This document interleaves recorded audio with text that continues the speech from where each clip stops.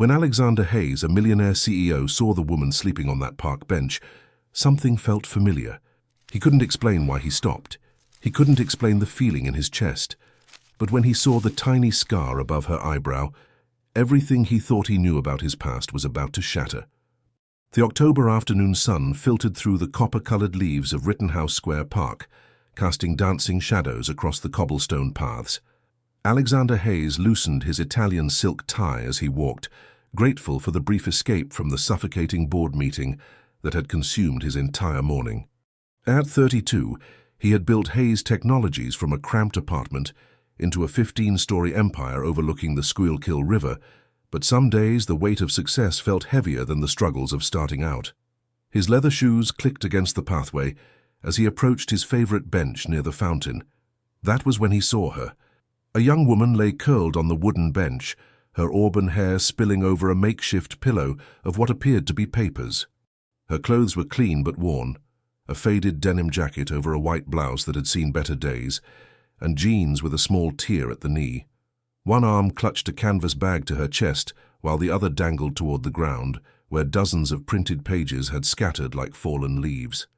Alexander slowed his pace, his business instincts immediately cataloguing the scene. The papers were resumes. He could see her name printed at the top of the nearest one, Rebecca Thompson. Experience in customer service, administrative assistance, and, he squinted, graphic design. All of Philadelphia's bustling business district surrounded this park, and here was someone literally sleeping on her job search. He should keep walking. He had a conference call in 40 minutes with investors in Singapore. His assistant, Margaret, had already texted him 3 times, but something made him stop. Maybe it was the way her hand still gripped that bag even in sleep, as if everything she owned might be inside. Maybe it was the smudge of ink on her fingers that suggested she had been printing these resumes herself, probably at some overpriced copy shop on Walnut Street. Or maybe it was something else entirely, something he could not quite name, that made her seem oddly familiar. "Miss?" Alexander said softly, crouching down to gather the scattered resumes. "Miss, you might want to wake up." The woman stirred, and for a moment her eyes fluttered open. They were the color of storm clouds, that particular gray-blue that reminded him of Philadelphia winters. Then they widened in panic. "Oh, God! Oh, no!" Rebecca bolted upright, nearly head-butting Alexander in the process. Papers flew everywhere as she frantically looked around. "What time is it? Please tell me it's not past 3. Alexander checked his Rolex. "It's 2:45. Thank God." She pressed a hand to her chest, breathing hard. Then she seemed to really see him for the first time. The expensive suit, the watch, the leather briefcase. Her cheeks flushed red. "I'm so sorry. I was just resting my eyes for a minute. I've been walking since 7 this morning, and I sat down and—" She noticed he was holding her resumes. "Oh no, did those blow away?" "Just a few." Alexander handed them to her, noting how her hands trembled slightly as she took them. "Rebecca Thompson?" "That's me." She quickly tried to straighten the papers, but they were hopelessly wrinkled now. "I'm not homeless, if that is what you are thinking. I mean, I have a place. Sort of. I am staying at the YWCA on North Broad Street until I can find something more permanent, but I am actively looking for work, as you can clearly see. And why am I telling you all this?" Despite himself, Alexander smiled. There was something refreshingly honest about her rambling. In his world of carefully crafted pitches and political maneuvering, her transparent anxiety was almost charming. "You have been job hunting since 7 this morning?" he asked. "Since 6, actually. I started at the Comcast Center, then worked my way through every office building on Market Street, then came here because I heard there were good companies near the park."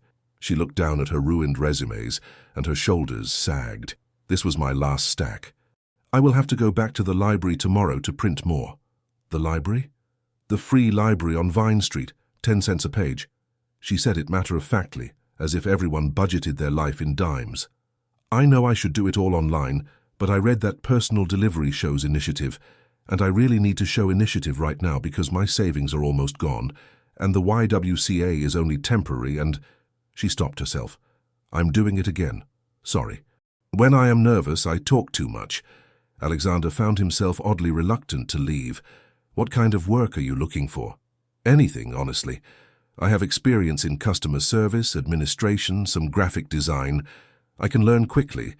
I am good with people. I show up on time. Well, when I am not accidentally falling asleep in public parks." She attempted a laugh, but it came out shaky. "Do you work around here?" "You could say that." "Lucky you."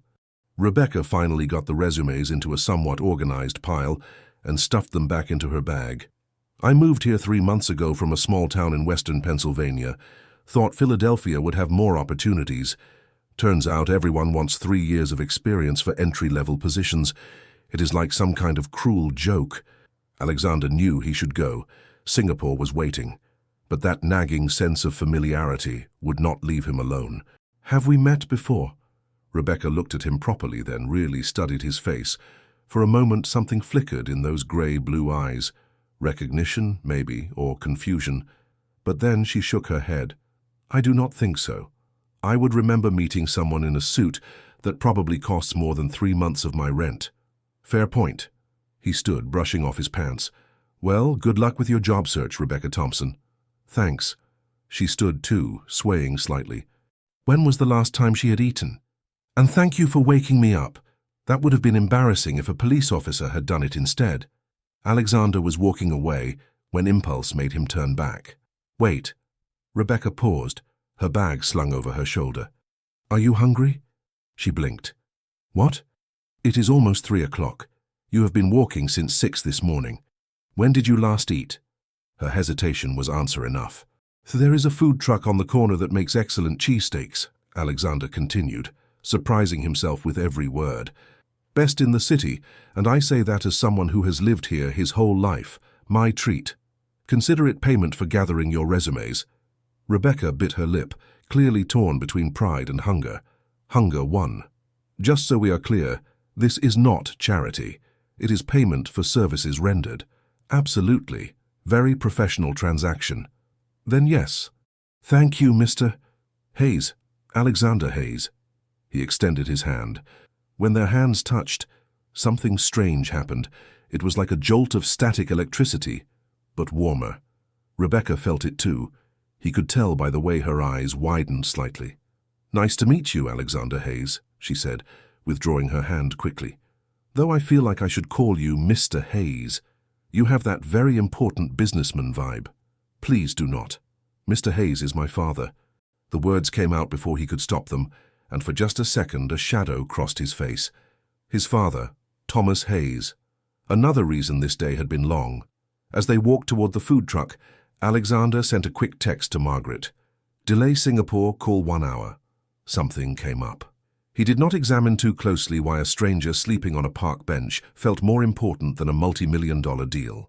He did not want to admit that in the 3 years since Hayes Technologies had gone public, making him one of Philadelphia's youngest self-made millionaires, he had not felt this curious about another person, and he definitely did not want to acknowledge the small voice in the back of his mind that kept insisting he knew this woman from somewhere.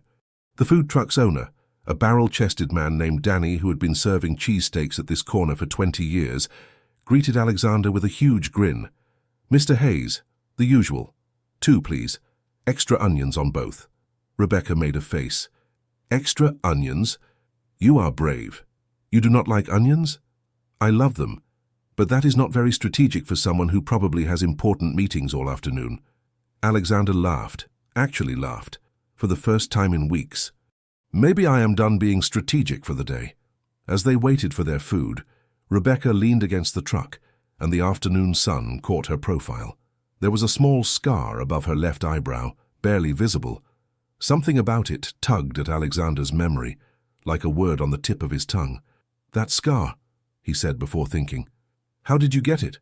Rebecca's hand instinctively went to her eyebrow. I was 7. I thought I could fly off a swing set." Turns out gravity had other opinions. 7 years old, swing set. Something crystallized in Alexander's mind just for a second. A girl with pigtails, laughing as she pumped her legs higher and higher, claiming she would touch the clouds. A boy yelling at her to be careful. But before he could grasp the memory, Danny handed them their cheesesteaks, and the moment passed. They found an empty bench, not the one Rebecca had been sleeping on, and ate in companionable silence for a few minutes.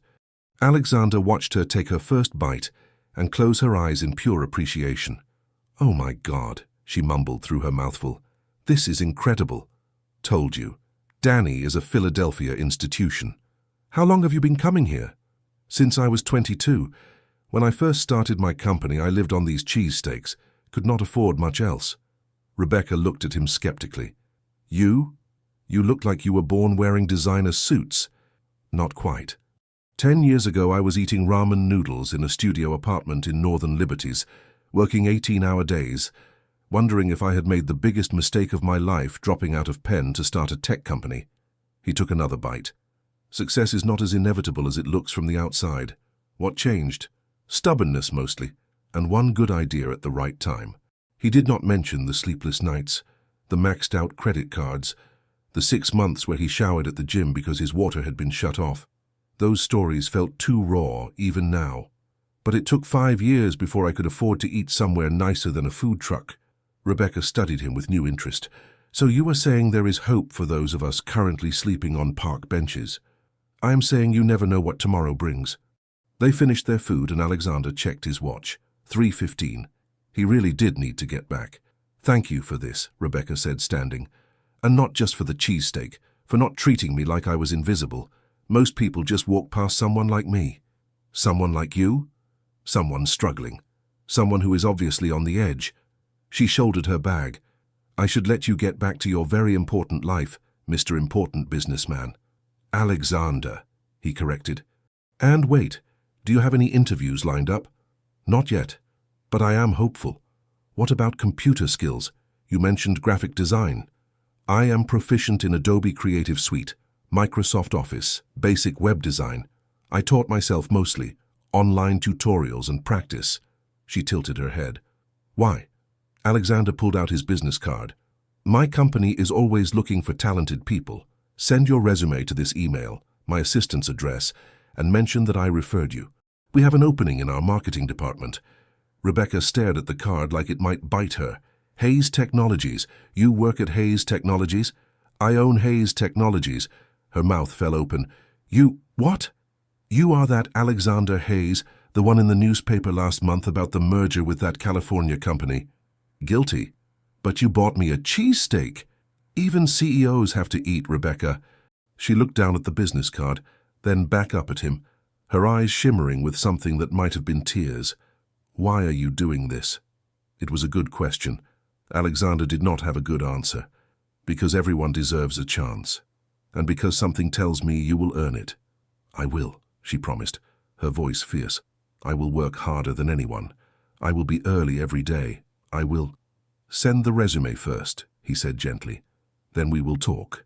As he walked away, Alexander glanced back once.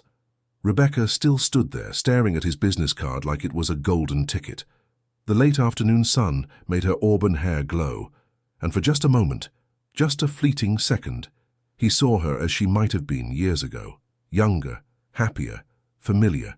But the moment passed, and he shook his head, dismissing the thought. Philadelphia was a big city, but not that big. Coincidences happened. He did not know yet that coincidence had nothing to do with it. He did not know that the little girl who once swung so high she thought she could fly was the same girl who had promised to be his best friend forever. And he definitely did not know that the secret of why their families were torn apart 18 years ago would soon come crashing back into both their lives, threatening to destroy any chance they had of finding their way back to each other. But he would learn. They both would. Rebecca Thompson sat on the narrow bed in her room at the YWCA, staring at Alexander Hayes' business card under the dim light of the single lamp. Room 47 was barely larger than a closet, just enough space for a twin bed, a small desk, and a dresser with a drawer that stuck. But it was clean, safe, and $35 a night, which was all that mattered when you were down to your last $200. She turned the card over in her fingers. Heavy cardstock, embossed lettering. Alexander Hayes, Chief Executive Officer, Hayes Technologies. Below that, an address on JFK Boulevard that she knew was one of those glass towers overlooking the city. "What are the odds?" she whispered to the empty room. Her laptop, a 6-year-old model that took 5 minutes to boot up, sat on the desk. She had bought it used 3 years ago for $80. and it had been her lifeline ever since. Slowly, painfully slowly, it whirred to life. Rebecca opened her email and attached her resume, her fingers hovering over the keyboard. What did you say to a CEO who bought you a cheesesteak after finding you sleeping in a park? Dear Miss Carter, Mr. Hayes suggested I reach out regarding potential opportunities at Hayes Technologies. I am a hardworking and dedicated professional with experience in... She deleted it. Too stiff. Hi, Alexander Hayes and I met today, and he said, delete, too casual. After 15 minutes and 7 drafts, she finally settled on something professional but genuine, attached her resume, and hit send before she could overthink it anymore. Then, because curiosity was eating her alive, she Googled Alexander Hayes. The results were overwhelming. Hundreds of articles, interviews, photos. She clicked on the most recent news story from the Philadelphia Inquirer. Hayes Technologies closes record-breaking quarter. CEO Alexander Hayes discusses expansion plans. The photo showed Alexander in a sharp navy suit standing in front of floor-to-ceiling windows with the Philadelphia skyline behind him. He looked confident, powerful, every inch the successful businessman. But Rebecca found herself studying his eyes. Even in the professional photo, there was something guarded there, something that matched the shadow she had seen cross his face when he mentioned his father. She scrolled through more articles.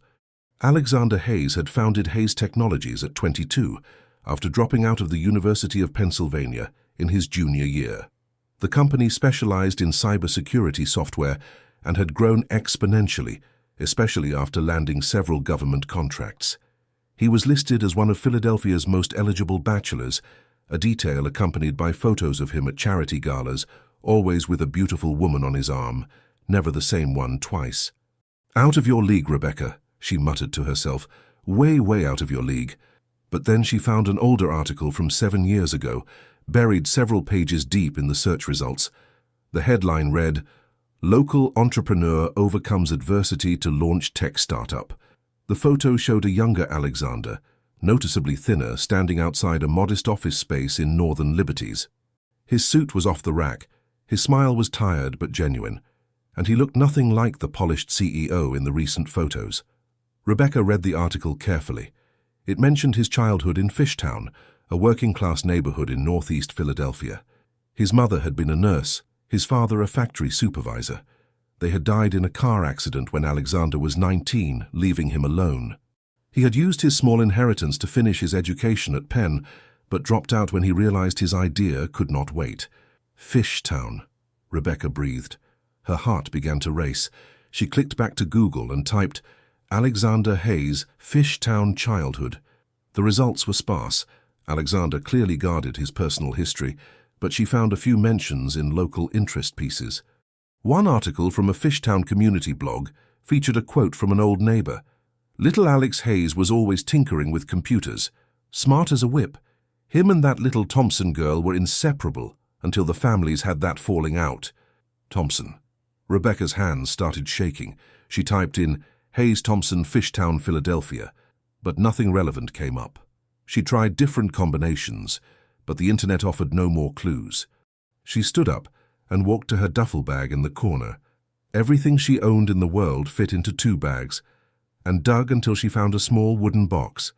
Inside were the few things she had kept from her childhood, her mother's wedding ring, her father's watch, and a handful of photographs.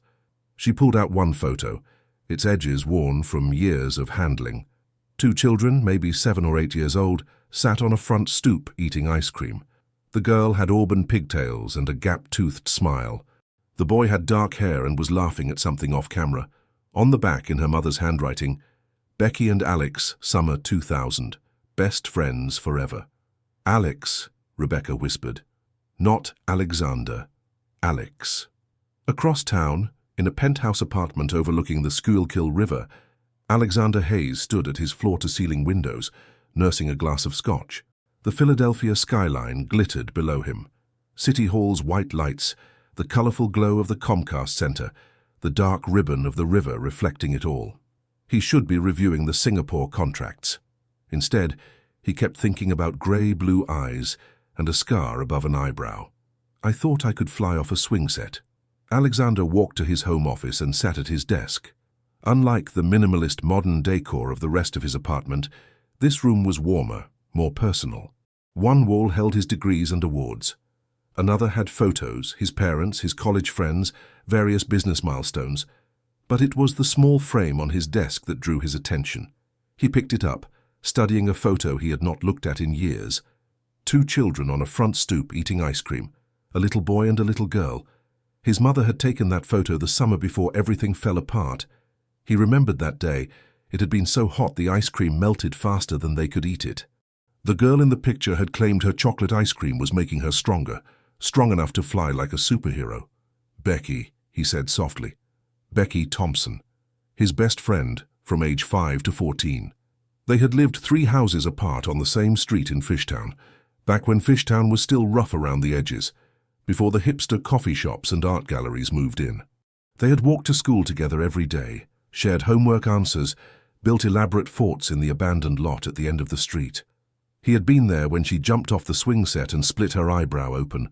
He had held her hand in the emergency room while she got stitches, both of them only 7 years old, and he had promised her the scar would make her look tough.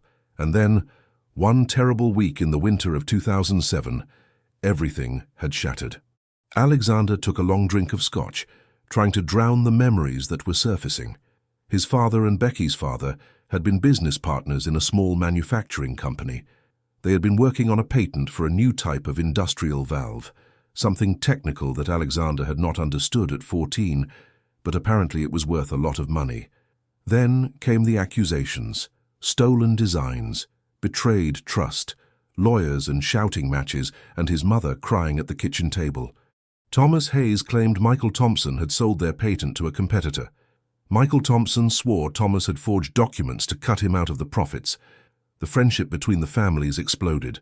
The business partnership dissolved in lawsuits. And Alexander and Becky, caught in the middle, were forbidden from seeing each other. He remembered the last time he saw her. She had snuck out at midnight and thrown pebbles at his window. They sat on his roof in the cold February air, and she had cried, saying her family was moving away and she did not know where. "We will find each other again," she had promised, linking her pinky with his. "When we are grown-ups. When none of this matters anymore." "Promise?" he had asked. "Promise." But they never did. No social media back then, no easy way to track someone down. Alexander had tried over the years, Googling Rebecca Thompson and finding thousands of results, none of them her. He had even hired a private investigator once, during college, but the trail went cold in western Pennsylvania. Eventually, he convinced himself it was better that way. The past was the past. Some friendships were not meant to survive. Now, Alexander set down the photo and opened his laptop. He pulled up the employee referral system and checked if Margaret had received any new resume submissions. There it was, Rebecca Thompson, submitted at 7:43 p.m. He opened the file, and there was her face, an ID photo that looked like it had been taken at one of those pharmacy picture booths. She was not smiling, but her eyes held a fierce determination. Rebecca Thompson, age 30. Current address, YWCA on North Broad Street. Previous employment, various retail and administrative positions in small towns across western Pennsylvania. Education, high school graduate, some community college courses in graphic design. It could be a coincidence. Thompson was not an uncommon name. Plenty of people had auburn hair and grey-blue eyes. Lots of women had small scars above their eyebrows, but that feeling when their hands touched, that sense of recognition. Alexander pulled out his phone and called his head of security, James Chen. "James, I need you to do a background check." "Sure thing, boss. Who are we looking at?" "Rebecca Thompson. I am sending you her resume. I want to know everything. Where she has been, where she came from, family history, all of it. Everything that is pretty thorough for a basic employment screening. I have my reasons." "You got it. Give me 48 hours." After hanging up, Alexander poured himself another scotch and returned to the window. Somewhere out there in the city, in a tiny room at the YWCA, was a woman who might be his ghost from the past, or she might just be a struggling stranger he felt sorry for. Either way, he needed to know. Rebecca could not sleep.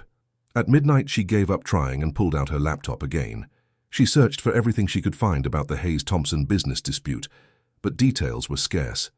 A few mentions in local business journals from 2007, something about a patent dispute and a settlement, but no specifics. Her father never talked about what happened. In the 3 years between leaving Philadelphia and his death from a heart attack when Rebecca was 17, Michael Thompson had become a bitter, quiet man.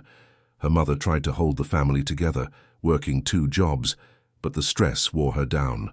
She died of cancer 2 years after her husband, leaving Rebecca alone at 19, with nothing but debt and memories. Rebecca had bounced around ever since. Small towns, temporary jobs, always moving, never quite finding a place that felt like home.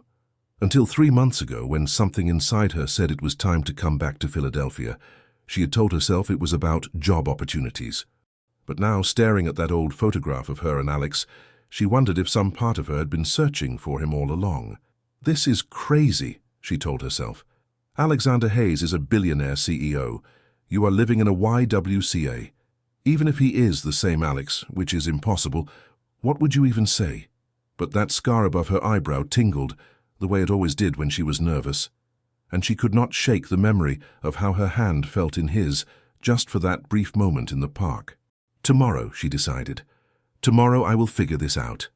She closed her laptop and finally fell into a restless sleep, dreaming of swing sets and ice cream and a dark-haired boy who promised they would always be friends. Neither of them knew that truth was about to collide with the present in ways neither could predict. Neither of them knew that the lies that separated their families 18 years ago were more complicated and more devastating than either had been told. And neither of them knew that falling in love with your childhood best friend was the easy part. The hard part was forgiving the past. Rebecca stood outside the gleaming glass tower on JFK Boulevard at exactly 8:45 a.m., 15 minutes early for her 9 o'clock interview. She had been there since 8:30, pacing the block, trying to calm her nerves. Hayes Technologies occupied floors 12 through 15 of the building. Through the lobby's glass walls, she could see the modern reception area, all polished marble and contemporary art. It screamed money and success, and Rebecca suddenly felt very aware of her outfit. Her one good blouse, pressed and ironed at the YWCA's community laundry room at 6 in the morning, paired with black slacks she had bought at a thrift store on South Street. Her shoes were her nicest pair, but the heel was slightly worn on one side. "You can do this," she whispered to herself. "You are qualified, you work hard, you deserve this chance." She had not slept much. After finding that photograph, after confirming in her heart that Alexander Hayes was her Alex from childhood, she had spent hours wrestling with whether to say anything. What if she was wrong? What if it was just wishful thinking? What if she was right, but he did not want to remember? In the end, she decided to say nothing. If he recognized her, he would say something. If he did not, then maybe it was better that way. Maybe some doors from the past were meant to stay closed. Taking a deep breath, Rebecca walked into the lobby. The security guard checked her ID and directed her to the elevators. 12th floor. Someone from HR will meet you. The elevator was the fastest Rebecca had ever been in. Her stomach dropped as they shot upward. When the doors opened, she stepped into a sleek reception area with the Hayes Technologies logo, a stylized circuit board design in silver and blue, spanning the entire wall behind the reception desk. Rebecca Thompson, a woman in her 50s with kind eyes and a crisp gray suit, approached. "I am Margaret Chen, Mr. Hayes' executive assistant. Welcome to Hayes Technologies. Thank you for seeing me on such short notice." Mr. Hayes was quite insistent. Margaret's expression was professional but warm. "Follow me, please. We will be meeting in the small conference room." As they walked through the office, Rebecca tried not to gawk. The space was open and modern, with glass-walled offices, collaborative workspaces, and even a game room visible through one doorway. She spotted a ping-pong table and what looked like vintage arcade machines. Employees looked happy, engaged. Some worked at standing desks, others lounged on modern couches with laptops. One wall was covered in what appeared to be employee achievements and photos from company events. "We are very proud of our culture here," Margaret said, noticing Rebecca's interest. "Mr. Hayes believes that happy employees do better work. We have unlimited PTO, full health benefits, an on-site gym, and catered lunch every Friday." That sounds amazing. It is. I have worked for many executives in my 30 years in this business. Alexander Hayes is one of the good ones. Margaret stopped outside a conference room. The marketing director, Patricia Wilson, will be conducting your interview. I will be sitting in as well. Mr. Hayes may join us if his schedule allows. Rebecca's heart jumped. He might be here. Possibly. He has back-to-back meetings this morning, but he expressed interest in meeting with any candidate I referred from him personally. Margaret opened the door. After you. The conference room had windows overlooking the city. Rebecca could see City Hall from here, William Penn's statue standing atop the building, a sight she had loved since childhood. A woman in her 40s sat at the table, reviewing a tablet. She looked up and smiled. Rebecca Thompson, I am Patricia Wilson, Director of Marketing. Please have a seat. The interview began professionally. Patricia asked about Rebecca's experience, her skills with various software programs, her approach to creative problem-solving. Rebecca answered honestly, acknowledging the gaps in her formal experience but emphasizing her self-taught abilities and her work ethic. I notice you have moved around quite a bit in the past few years, Patricia observed, scrolling through Rebecca's resume on her tablet. 6 different positions in 4 years. Can you tell me about that? Rebecca had known this question was coming. I will be honest with you. After my parents died, I was trying to find where I fit. I took jobs that paid the bills but were not fulfilling. Each move taught me something. Customer service taught me patience and communication. Administrative work taught me organization and attention to detail. My brief stint in retail management taught me about leading teams. I know it looks unstable, but every position helped me understand what I really wanted to do, which is create things that matter. I taught myself graphic design because I loved the idea of visual communication. I learned web basics because I wanted to understand how to build something from nothing. I am here because Hayes Technologies represents innovation and growth, and I want to be part of something that is moving forward, not just collecting a paycheck. Patricia and Margaret exchanged a glance. Margaret made a note on her tablet. Tell me about a time you faced a significant challenge and how you overcame it, Patricia continued. Rebecca thought for a moment. She could give a safe, professional answer, or she could tell the truth. Truth won. 3 months ago, I arrived in Philadelphia with $800, no job, and no place to live. I had decided to come back to the city where I was born because something told me it was time to stop running. I am not going to pretend I have not struggled. I am staying at the YWCA. I have been rationing my money for food and printing costs, and yesterday I fell asleep in Rittenhouse Square Park on top of my resumes because I had been job hunting for 12 hours straight. Patricia's eyebrows rose. But here is what I learned from that challenge, Rebecca continued. I learned that asking for help is not weakness. I learned that sometimes the universe puts people in your path exactly when you need them, and I learned that I am much stronger than I thought I was. So if you are wondering if I can handle pressure, if I can adapt, if I can keep pushing forward when things get hard, the answer is yes, because that is all I have been doing for the past 13 years. The room was quiet for a moment. Then Margaret smiled, actually smiled, and made another note. Before Patricia could ask another question, there was a knock on the door. It opened and Alexander Hayes stepped in. Rebecca's breath caught. He was in a dark charcoal suit today, his tie a deep blue that matched his eyes. Those eyes swept the room and landed on her, and for just a second something flickered across his face. Mr. Hayes, Patricia stood. I apologize for interrupting. I have a few minutes between meetings and wanted to check in. His gaze had not left Rebecca. How is the interview going? Very well, Miss Thompson was just telling us about her approach to overcoming challenges. Was she? Alexander moved further into the room, and suddenly the spacious conference room felt much smaller. Rebecca, how are you? Better than yesterday, she said, aiming for lightness. I slept in an actual bed instead of a park bench. His mouth twitched in almost smile. Progress. Mr. Hayes, Patricia said carefully, I understand you referred Miss Thompson personally. I did. We met yesterday at Rittenhouse Square. I was impressed by her determination. He finally looked away from Rebecca to address Patricia. What is your assessment? She is clearly intelligent and resourceful. Her experience is somewhat limited in terms of formal marketing roles, but her self-taught design skills are impressive based on the portfolio samples she provided.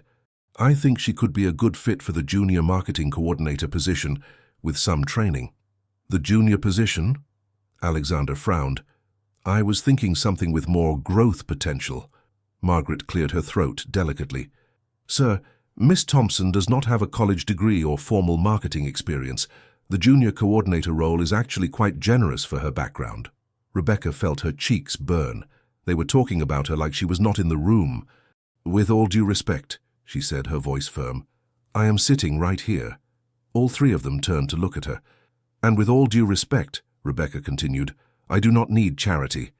If the junior coordinator position is what I am qualified for based on my experience, then that is what I should be considered for. I do not want special treatment because Mr. Hayes bought me a cheesesteak.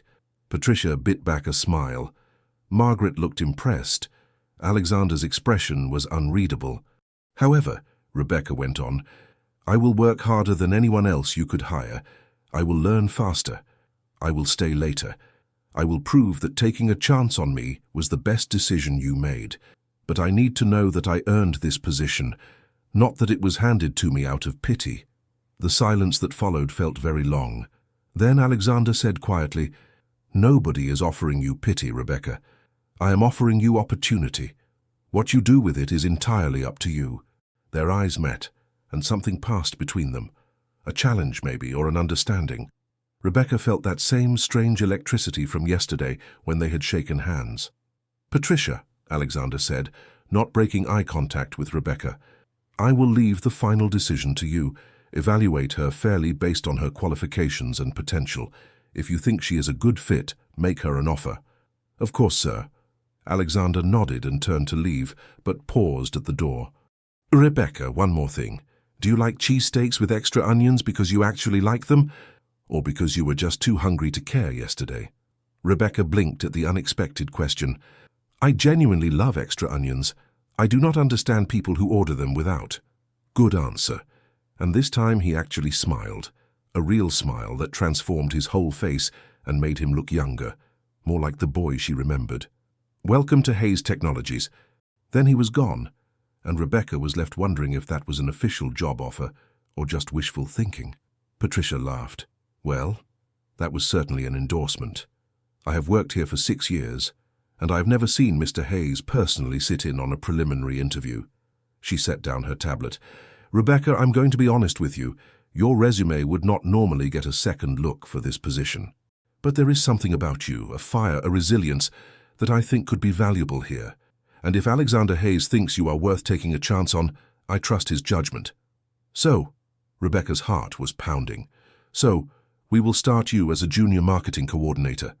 The salary is $42,000 annually, full benefits after 90 days, and a 3-month probationary period. If you prove yourself, we can discuss advancement. Can you start Monday? Rebecca felt tears prick her eyes. Monday, yes, absolutely, thank you. Thank Alexander, this is highly irregular. Patricia stood and extended her hand. But I have a feeling you are going to prove him right. As Margaret walked Rebecca back to the elevators, she handed her a folder. Employment paperwork.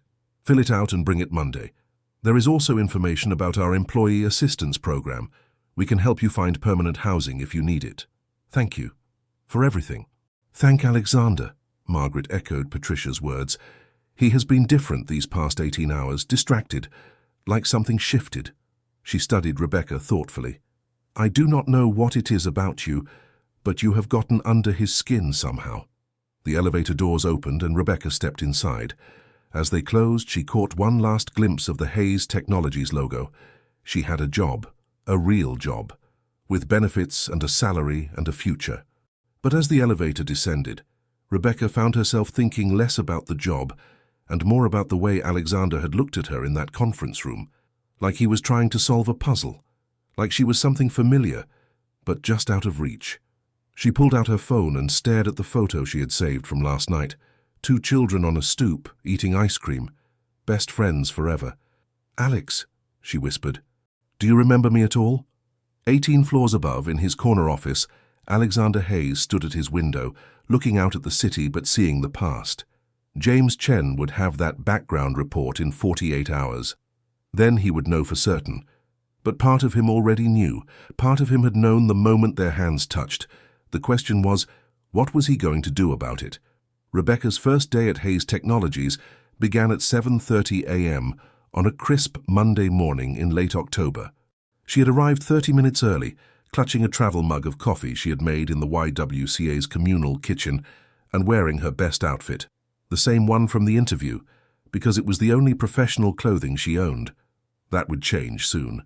Her first paycheck would go toward finding an apartment and buying work clothes. But for now, she stood in the lobby, taking deep breaths and telling herself she belonged here. "Rebecca!" Margaret Chen emerged from the elevator looking impeccable in a navy dress. "You are early, I like that. Come on up, I will get you situated." The 12th floor was already buzzing with activity despite the early hour. Margaret led Rebecca to a desk in an open area near the windows. It was not a private office, but it had a view of the city and a brand new computer with 2 monitors. "This is your space," Margaret said. "Computer is already set up with your credentials. Username and password are in this envelope. Patricia will be your direct supervisor, but you will also be working with the creative team on various projects. We have a staff meeting every Monday at 9, so you have about an hour to get oriented." "Thank you, Margaret." "Oh, and Rebecca." Margaret's expression softened. "I know I am Mr. Hayes' assistant, which means I am supposed to be all business. But between you and me, I am rooting for you. Show them what you can do." After Margaret left, Rebecca logged into her computer and spent the next hour exploring the company intranet, familiarizing herself with ongoing projects and the team structure. She was so absorbed that she did not notice someone approaching until a coffee cup appeared on her desk. "You look like you could use a refill." Rebecca looked up to find a young man about her age, with bright red hair and an easy smile. He wore jeans and a Hayes Technologies hoodie. Apparently the dress code was more relaxed than she had expected. "I am Danny Reeves," he said, extending his hand. "Welcome to the marketing trenches. I heard Patricia hired someone new." "Rebecca Thompson. And thank you, I definitely need this." She took the coffee gratefully. "Is everyone here this nice? Or am I getting the new person treatment?" "Bit of both. We are a pretty solid team. Plus word travels fast in this place, and everyone heard that Alexander Hayes personally referred you. That does not happen often. Like, ever." Rebecca felt her cheeks warm. "It was just a coincidence. We met in the park." "Sure, but Hayes does not do coincidences." Danny perched on the edge of her desk. "I have worked here for 3 years. The man is brilliant but intense. He knows every project, every employee, every detail. If he vouched for you, there is a reason." Before Rebecca could respond, Patricia Wilson appeared. "Danny, stop gossiping and let Rebecca breathe. We have a staff meeting in 10 minutes. The marketing team meeting was held in a large conference room with about 15 people. Patricia introduced Rebecca, who gave a brief, nervous summary of her background. Most people seemed friendly and welcoming, though a few, particularly a sleek woman named Vanessa, who sat at Patricia's right hand, looked skeptical.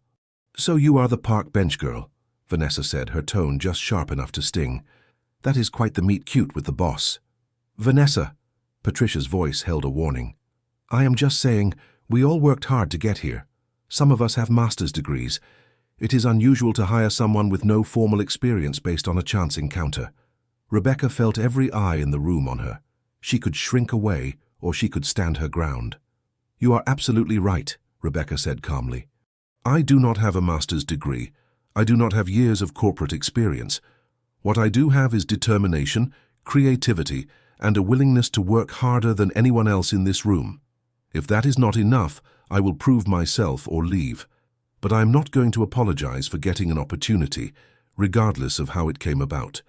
Vanessa's eyes narrowed, but a few people around the table nodded approvingly. Danny gave her a subtle thumbs up. Patricia moved on with the meeting, discussing current campaigns and projects. Rebecca took careful notes, trying to absorb everything. Client names, project timelines, team responsibilities. It was overwhelming, but exhilarating. The meeting ended at 10:30, and as everyone filed out, Danny fell into step beside Rebecca.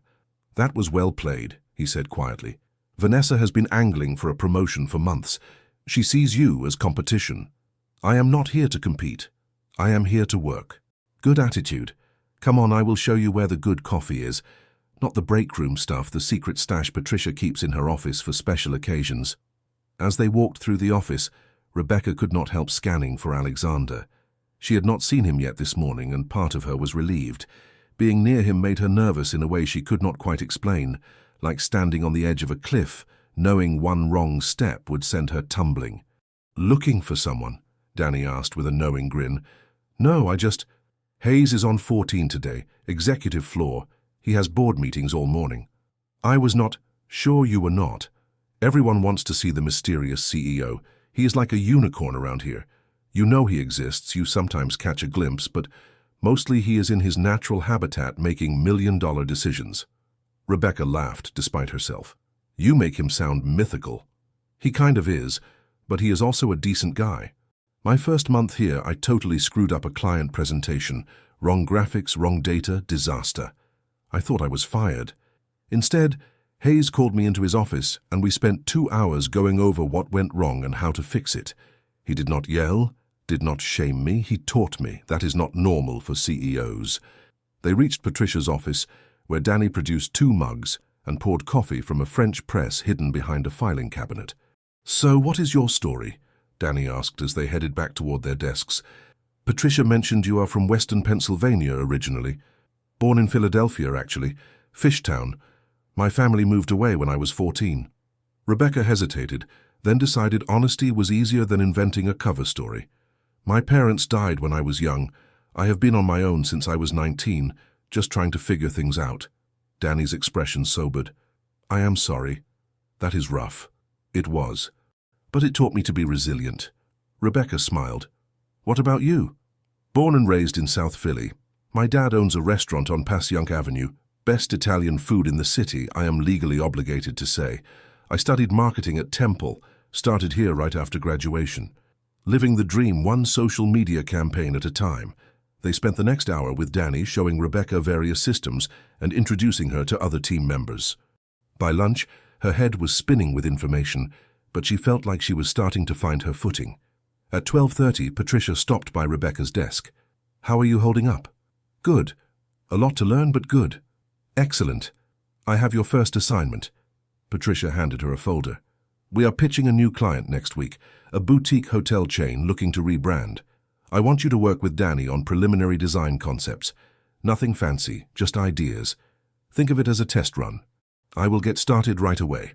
Take lunch first, you need to eat. Employee cafeteria is on 13, subsidized, so it is cheap, or there are great places within walking distance." Rebecca opted for the cafeteria, both to save money and to continue exploring the building. The 13th floor was impressive. Floor-to-ceiling windows, multiple food stations, comfortable seating areas. It felt more like a trendy restaurant than a corporate cafeteria. She grabbed a salad and a sandwich, marveling at the $3 total, and found a seat by the window. From here she could see the Benjamin Franklin Parkway stretching toward the Philadelphia Museum of Art, the famous rocky steps visible in the distance. "Mind if I join you?" Rebecca looked up to find Alexander Hayes standing there with a tray. Her heart did a small flip. "Of course not. It is your building. That is not really how lunch works." He sat down across from her, and Rebecca was struck again by how different he looked in person compared to his polished photos. Up close, there were small details. A tiny scar on his chin, a slight asymmetry in his smile, the way his hair fell just slightly out of place, despite obvious attempts to tame it. "How was your first morning?" he asked. "Overwhelming but good. Everyone has been welcoming. Well, mostly everyone." "Let me guess. Vanessa gave you a hard time?" Rebecca tried to hide her surprise. "You know about that already." "I know about everything that happens in this company. It is both my blessing and my curse." He took a bite of his sandwich. "For what it is worth, Vanessa is talented but insecure. She sees anyone new as a threat. Do not take it personally. I am trying not to." They ate in silence for a moment. Rebecca was acutely aware of every movement he made, every glance he cast her way. She wanted to ask him, needed to ask him, if he remembered her, but the words stuck in her throat. "Can I ask you something?" Alexander said suddenly. "Of course. That scar above your eyebrow. You said you got it jumping off a swing set when you were 7. Rebecca's pulse quickened. Yes. Do you remember where that was? What playground? She set down her fork carefully. A small park in Fishtown. There was a rusty old swing set in the corner, and I was convinced that if I swung high enough and jumped at the right moment, I could fly. I was wrong. Alexander was very still. Who took you to the emergency room? My dad and... Rebecca stopped. Her mouth went dry. And my best friend, a boy from down the street. He held my hand while I got stitches. The air between them felt electric, charged with recognition and disbelief, and something neither of them wanted to name yet. Alex, Rebecca whispered. You were Alex. He leaned back in his chair, his expression unreadable. And you were Becky. Becky Thompson, who could eat more ice cream than any kid I ever met. Becky Thompson, who built forts and told ghost stories and promised we would be best friends forever. Tears pricked Rebecca's eyes. You remember? I remember. His voice was rough. I have been trying to place you since the moment I saw you in the park. Then I saw that scar and something clicked, but I thought I was imagining it, that it was impossible. I found a photo, Rebecca said, an old one from when we were kids. I Googled you, and I read about Fishtown, and I knew, but I did not know if you would remember me or if you would want to. Want to? Alexander gave a short, incredulous laugh. Becky, Rebecca, I looked for you, for years. I hired a private investigator when I was in college. The trail went cold somewhere in western Pennsylvania, and I... He stopped, running a hand through his hair. I thought I would never see you again. Rebecca's tears spilled over. My parents moved us to a tiny town near Pittsburgh. They changed their phone number. My dad was so angry about what happened with your father. He did not want any connection to Philadelphia or anyone here. When they died, I had no way to find you, no idea where you had gone or what you were doing. But you came back. To Philadelphia. 3 months ago, I told myself it was about finding work, but maybe... She brushed at her tears. Maybe I was looking for you too, without even realizing it. Alexander reached across the table and took her hand. The touch sent that same electric current through her, but this time it made sense. This was not a stranger's hand. This was the hand that had held hers in an emergency room when she was 7. The hand that had helped her build forts and climb trees and navigate their complicated childhood.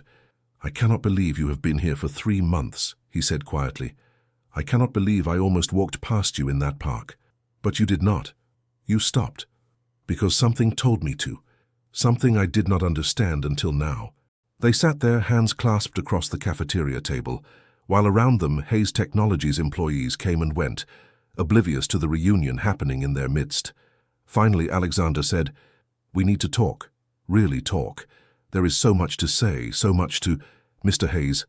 Margaret appeared beside their table, looking apologetic. I'm so sorry to interrupt, but the board is waiting. You are 10 minutes late. Alexander closed his eyes briefly, then released Rebecca's hand. Right. The board, of course. He stood but kept his eyes on Rebecca. Do not leave without talking to me first, please. I need to understand what happened. To our families. To us. I am not going anywhere, Rebecca promised.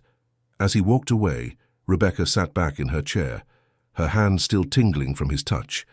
Around her, the cafeteria continued its normal rhythm, but her world had just shifted on its axis.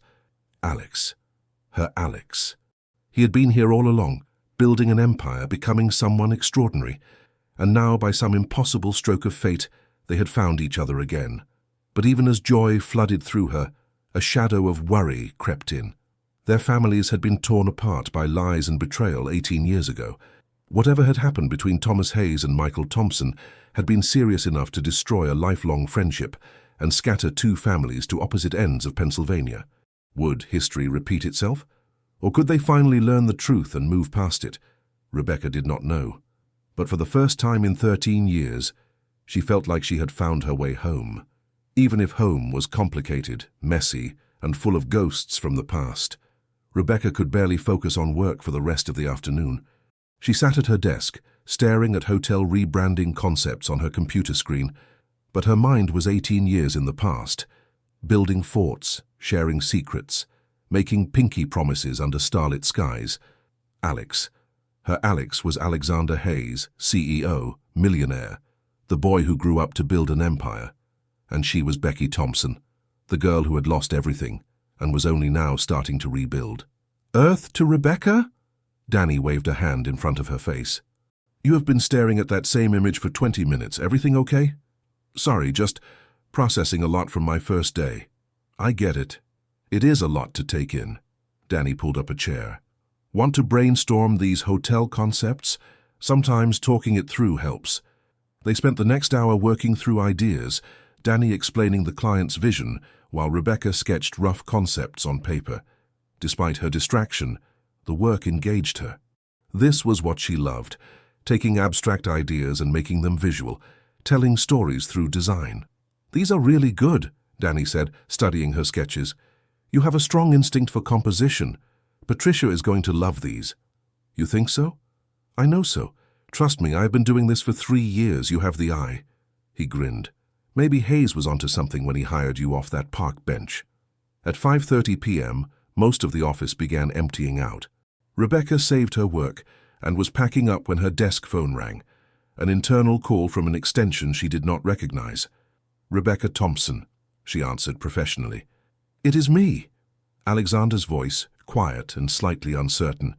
"Can you come up to 14? We should talk." "Now?" "If you are free. I know it has been a long day, but I will be right there." The 14th floor was noticeably different from the marketing department. Quieter, more refined. The reception area had plush seating and original artwork on the walls. A young woman at the desk looked up as Rebecca exited the elevator. "Miss Thompson, Mr. Hayes is expecting you. Last office at the end of the hall." Rebecca's heels clicked against the marble floor as she walked past executive offices and conference rooms. Alexander's office was at the corner, with glass walls that overlooked both the city skyline and the Schuylkill River. The door was open. He stood at the window, hands in his pockets, silhouetted against the golden light of the setting sun. He had removed his suit jacket and rolled up his sleeves, and something about the casual pose made him look more like the boy she remembered. "Becky," he said without turning around, "I still cannot believe it is really you. I know the feeling." She stepped inside, suddenly nervous. This was different from their lunch conversation, more private and intimate. "Your office is incredible." "It is just a room with a view." He finally turned to face her. "Close the door, please. I would rather not have the entire executive floor listening to this conversation." Rebecca closed the door and sat in one of the leather chairs facing his desk. Alexander remained standing, as if sitting would make him too vulnerable. "I spent the afternoon going through old memories," he said, "trying to reconcile the girl I knew with the woman sitting in my office, trying to understand how we ended up here. I have been doing the same thing. It feels surreal. Tell me what happened after you left. Please. I need to know." Rebecca took a deep breath. "We moved to a town called Clearfield, about 3 hours northwest of here. Population 12,000. My dad got a job at a paper mill. My mom worked at the local diner. They barely spoke about Philadelphia, about what happened. Any time I asked, they would say it was better to forget the past and move forward. But you did not forget. How could I? You were my best friend. We had plans, remember? We were going to start a detective agency, solve mysteries, eat nothing but pizza and ice cream." Despite the heavy conversation, she smiled at the memory. "I kept that photograph of us. Even when we had to sell almost everything after Dad died, I kept that photo." Alexander's jaw tightened. "When did he die?" "I was 17, heart attack. He was only 45. The doctors said it was stress, years of it wearing him down. Mum tried to hold things together, but—" Rebecca's voice caught. "She got cancer 2 years later. By the time they caught it, it was too late.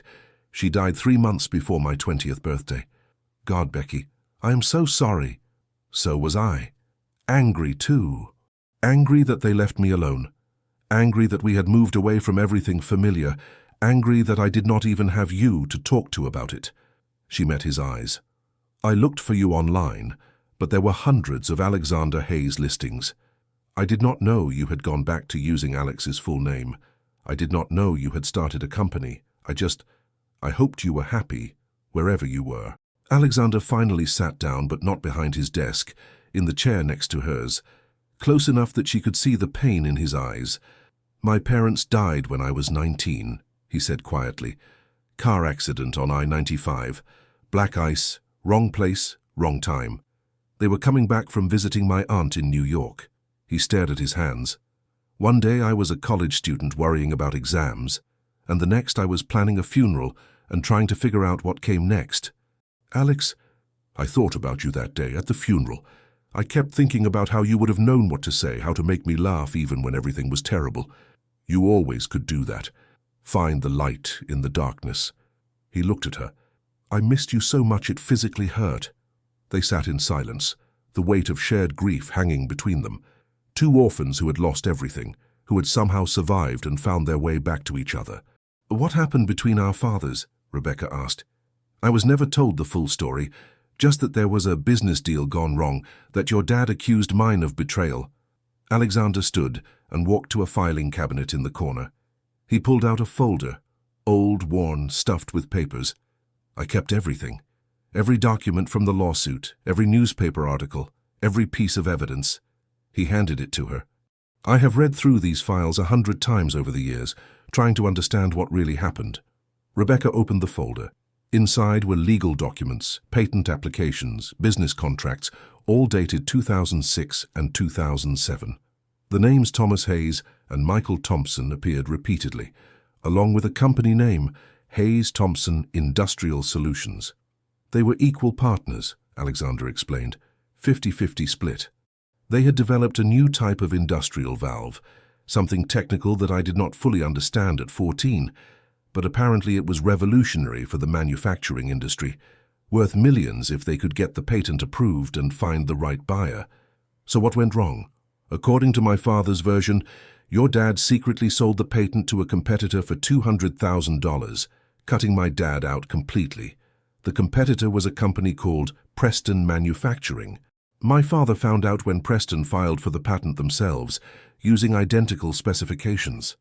Rebecca felt sick. And my father's version? He claimed he never made that deal, that my father fabricated the evidence to steal the patent for himself and keep all the profits. He said my father forged his signature on the sale documents. Who was telling the truth? I do not know. Alexander's frustration was evident. The lawsuit dragged on for 2 years. Both sides had evidence. Both had witnesses who contradicted each other. Eventually they settled out of court. The details were sealed. But by then the damage was done. The friendship was destroyed. The families were torn apart. And the patent ended up worthless because neither side could agree on how to proceed with it. Rebecca flipped through the documents, seeing her father's signature on various papers, trying to imagine him as someone who would betray his best friend. But she also could not imagine Thomas Hayes as someone who would frame an innocent man. What if they were both victims? She said slowly. What if someone else manipulated them both? Alexander looked at her sharply. What do you mean? Think about it. Two best friends, equal partners on the verge of a fortune. What if a third party wanted to prevent them from succeeding? What if someone forged documents, planted evidence, turned them against each other so the patent would fall apart? That would require access to their files, their signatures, intimate knowledge of the business.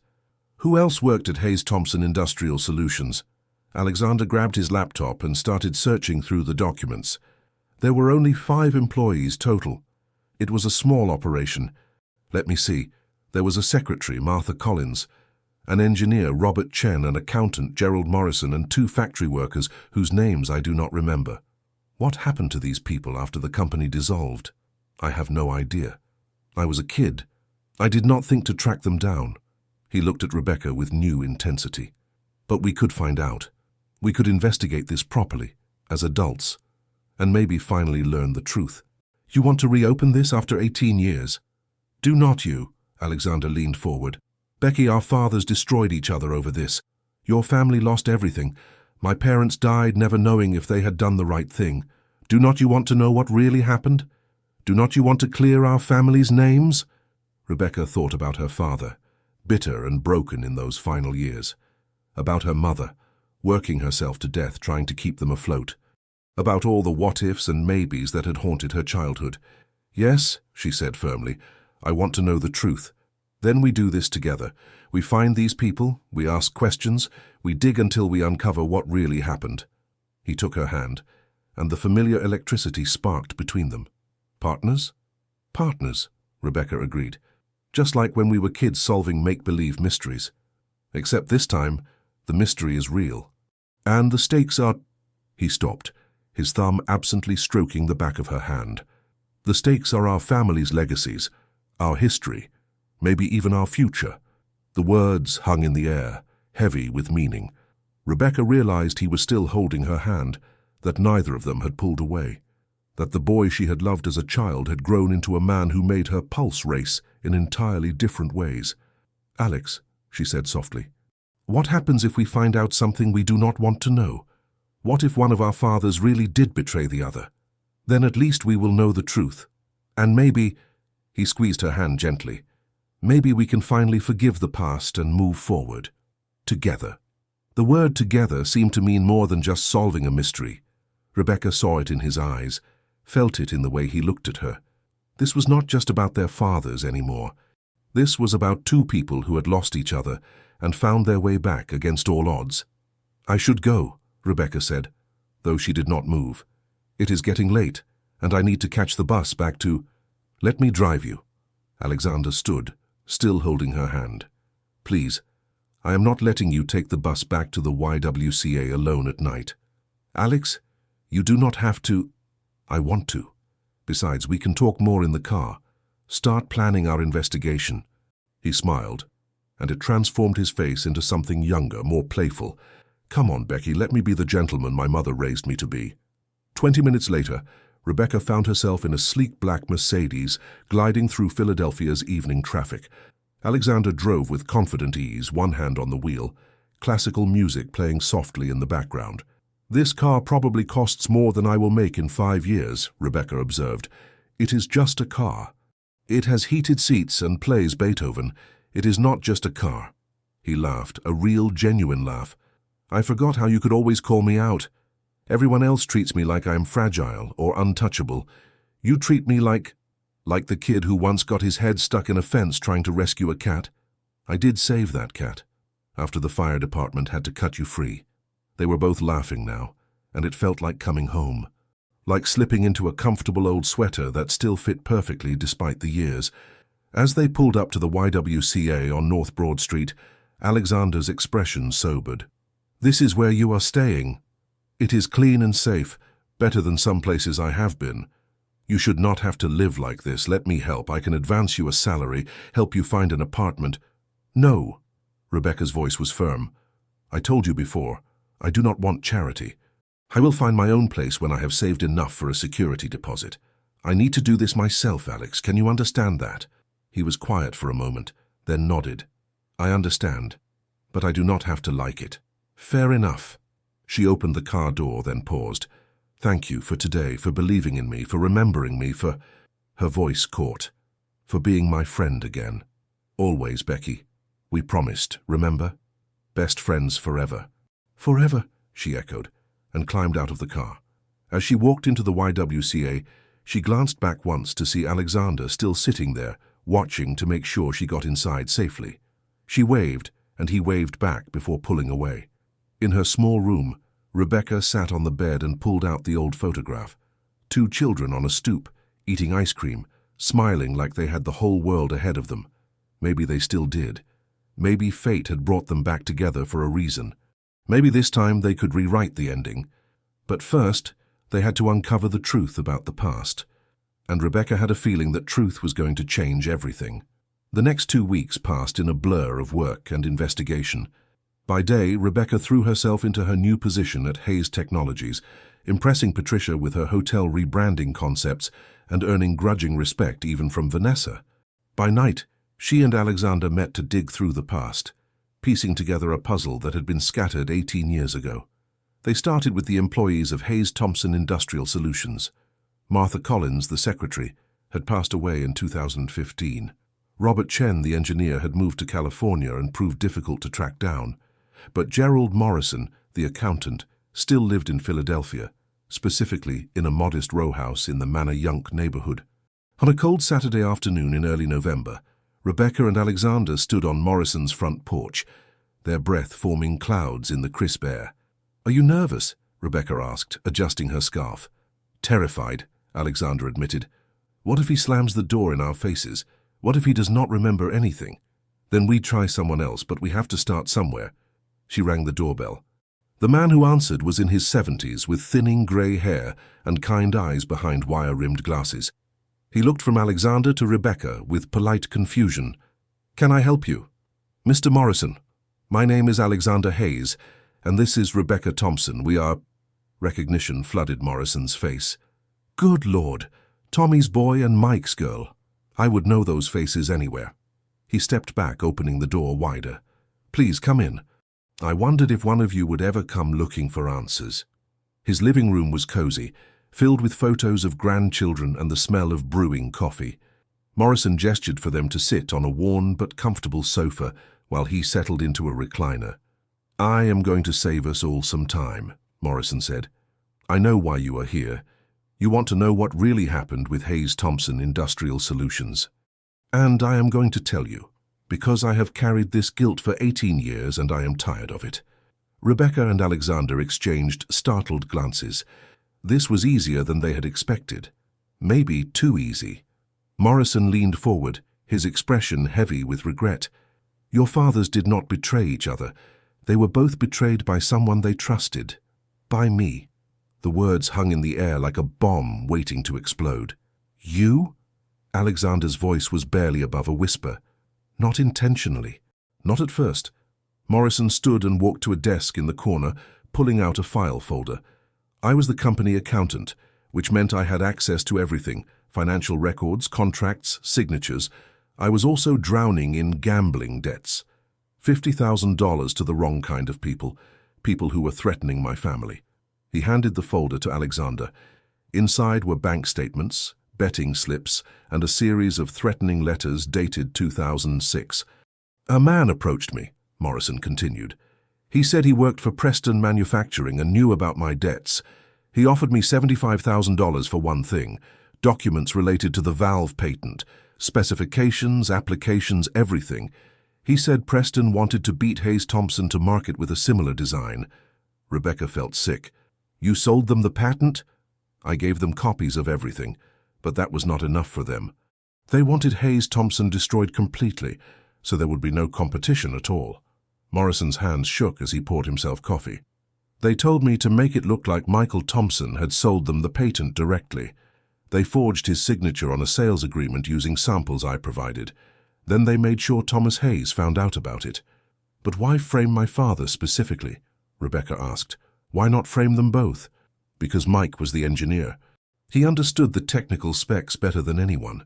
If Preston could make it look like Mike had sold them out, it would destroy the partnership and make Mike look like the villain. Meanwhile, Tommy would be so focused on revenge that he would not think clearly about what really happened." Alexander stood abruptly, pacing the small living room. "So my father spent 2 years fighting the wrong enemy. He died thinking his best friend betrayed him. And my father spent the rest of his life knowing he was innocent, but unable to prove it," Rebecca added, her voice breaking. "He died bitter and broken because of a lie." Morrison wiped his eyes. "I tried to come forward during the lawsuit. I went to a lawyer, ready to confess everything.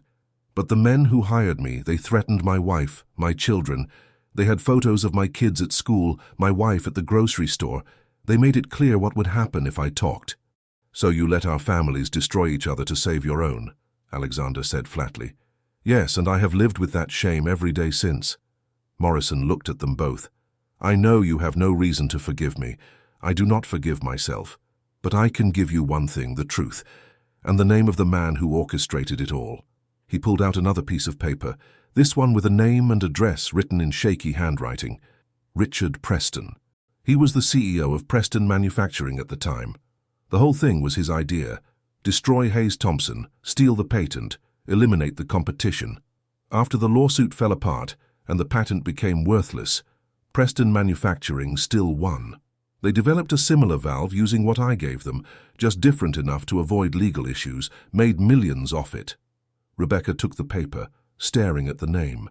"Where is Preston now?" "Retired, living in a mansion in Radnor on the main line. Probably playing golf and counting his money, never losing a minute of sleep over the lives he ruined." Alexander was very still, and Rebecca recognized the look on his face. The same controlled fury he had shown in business meetings when someone tried to cheat or manipulate. We need proof, documentation, something concrete that ties Preston to the forgery and the conspiracy. I kept copies of everything, Morrison said. Every transaction, every threat, every piece of evidence. I told myself it was insurance, but really, I think I always hoped someone would come asking questions, that I would finally get the chance to tell the truth. He gestured to the desk. It is all there. Bank records showing the payments from Preston Manufacturing to offshore accounts, emails coordinating the forgery, even a recording of one of our meetings where Preston laid out the entire plan. You recorded him? Rebecca was stunned. I was scared. I wanted proof in case they turned on me. Morrison pulled out an old cassette tape. This is from August 2006, 2 months before everything fell apart. Preston explains exactly how he plans to manipulate the situation and destroy both your father's reputations. Alexander took the tape like it was made of glass. Why did not you use this before? Why not stop it? Because I was a coward. Because I chose my family over justice. Because by the time I realized how far it had gone, it was too late to stop the avalanche. Morrison sat heavily. I know that does not excuse what I did. Nothing excuses it. But maybe you can use this information to clear your father's names. Maybe you can get justice, even if it is 18 years late. Rebecca felt tears streaming down her face. My father died thinking he was guilty. My mother died believing he had destroyed their lives. They never got to clear their names. I know, and I am sorrier than words can express. Morrison looked at them both. If it means anything, and I know it probably does not, your fathers were good men, great men. What happened to them was a tragedy, and it was my fault. I will live with that until the day I die. Alexander carefully packed all the documents and the tape into his briefcase. When he spoke, his voice was cold and controlled. Thank you for your honesty, Mr. Morrison. We will take this information and decide what to do with it. Are you going to go to the police? I do not know yet. But Richard Preston is going to answer for what he did. That much I promise you. Outside in Alexander's car, they sat in silence for several minutes. Rebecca stared at her hands, processing everything they had learned.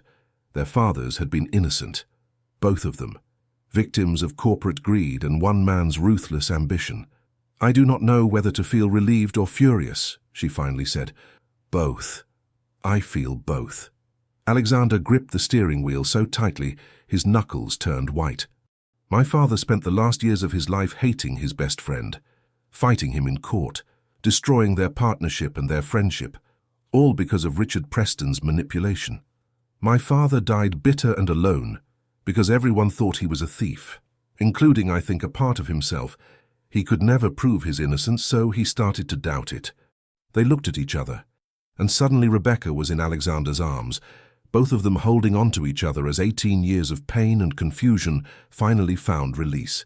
She cried for her father, for his mother, for the friendship that had been destroyed, and the innocence that had been stolen. We are going to make this right, Alexander said fiercely, holding her close. Preston is not going to get away with this. I do not care how long ago it was, or how powerful he thinks he is. He destroyed our families, and he is going to pay for it. Rebecca pulled back slightly, looking up at him. How? The statute of limitations has probably run out on fraud charges, and even with Morrison's evidence, proving anything after 18 years will be nearly impossible. I do not care about the law right now. I care about justice. Alexander's eyes blazed with determination. Richard Preston has a reputation, a legacy, a name that matters to him. We are going to destroy it the same way he destroyed our father's reputations. We are going to expose what he did to anyone who will listen. That could be dangerous. Men like Preston do not stay rich and powerful by letting people challenge them. Let him try to stop us. I am not that scared 14-year-old boy anymore, and you are not that helpless little girl. We are both survivors, Becky. We have both built something from nothing. And now we are going to use everything we have learned to get justice for our families. Rebecca saw the fierce determination in his eyes and felt an answering fire in her own chest. Okay, so what is our first move? We document everything.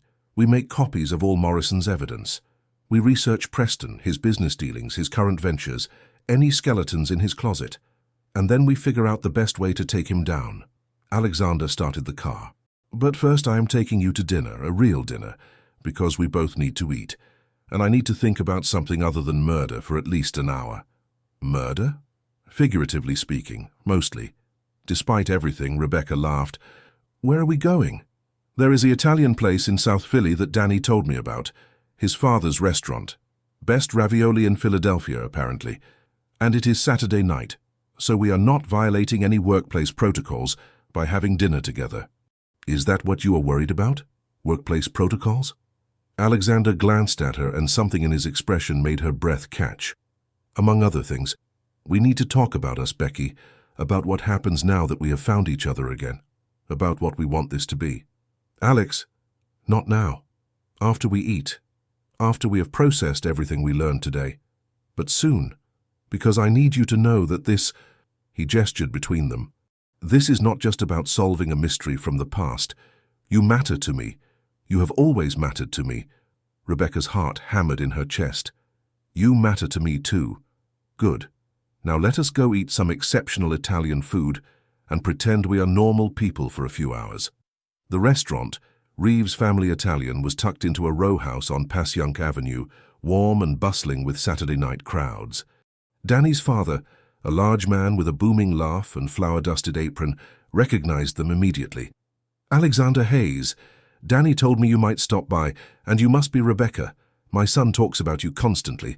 Brilliant designer, he says. Come, come, I have the best table for you.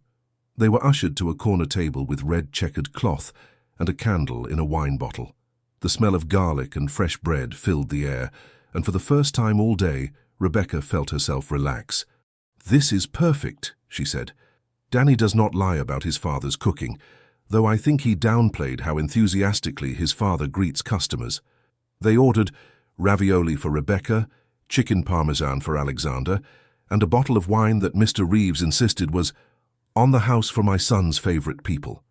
As they ate, they talked about everything except the investigation, childhood memories, favorite books, embarrassing moments.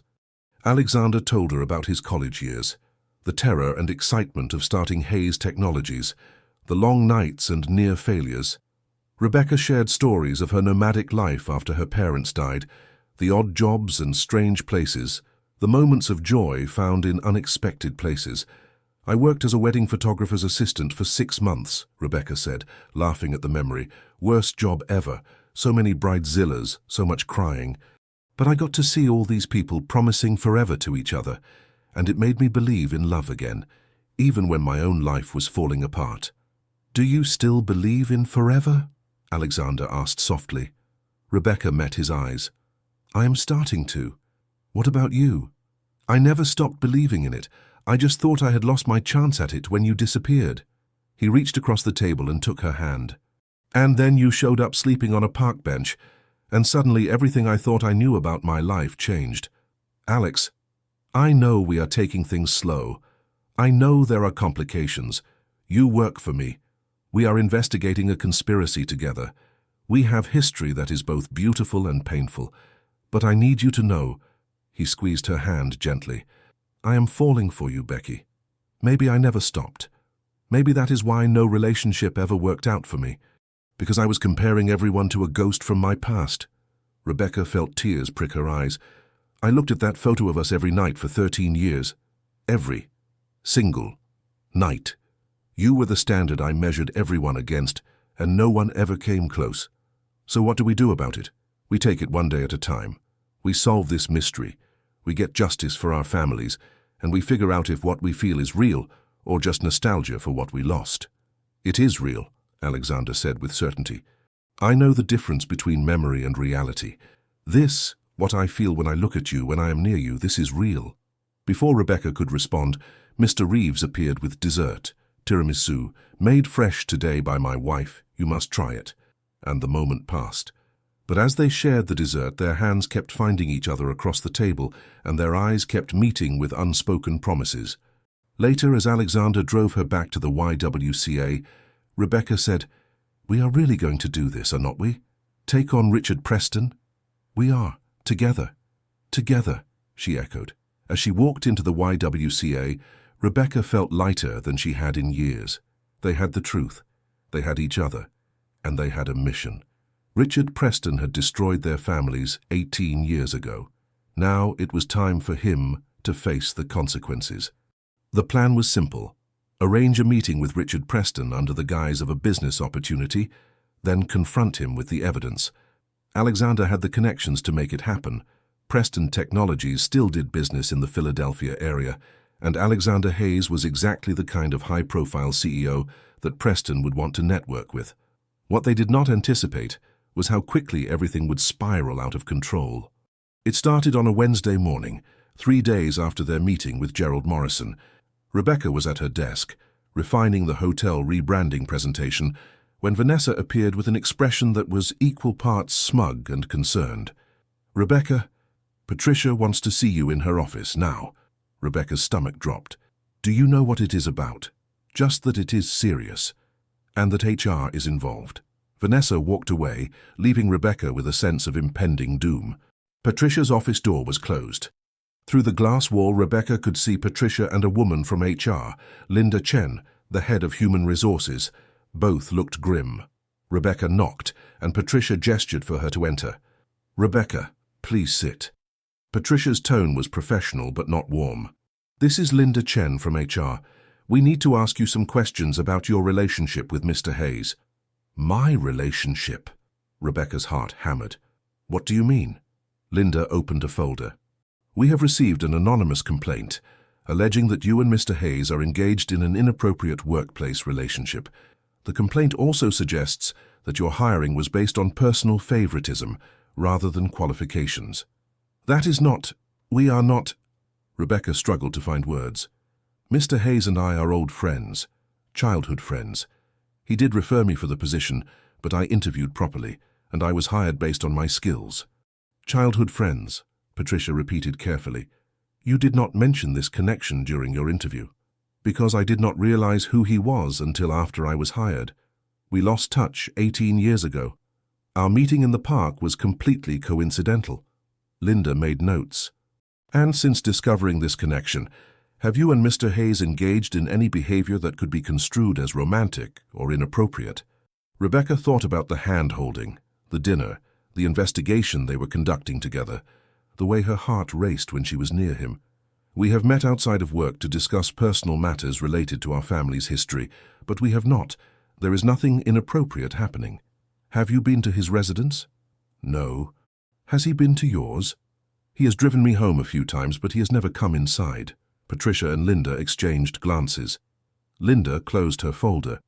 "Rebecca, I want to be clear that we take these allegations seriously. Hayes Technologies has strict policies about workplace relationships, especially those involving power imbalances. As CEO, Mr. Hayes cannot engage in romantic relationships with subordinate employees. I understand that. And I am telling you, we are not in a romantic relationship." The words felt like a lie even as she said them, because what else could you call the way they looked at each other?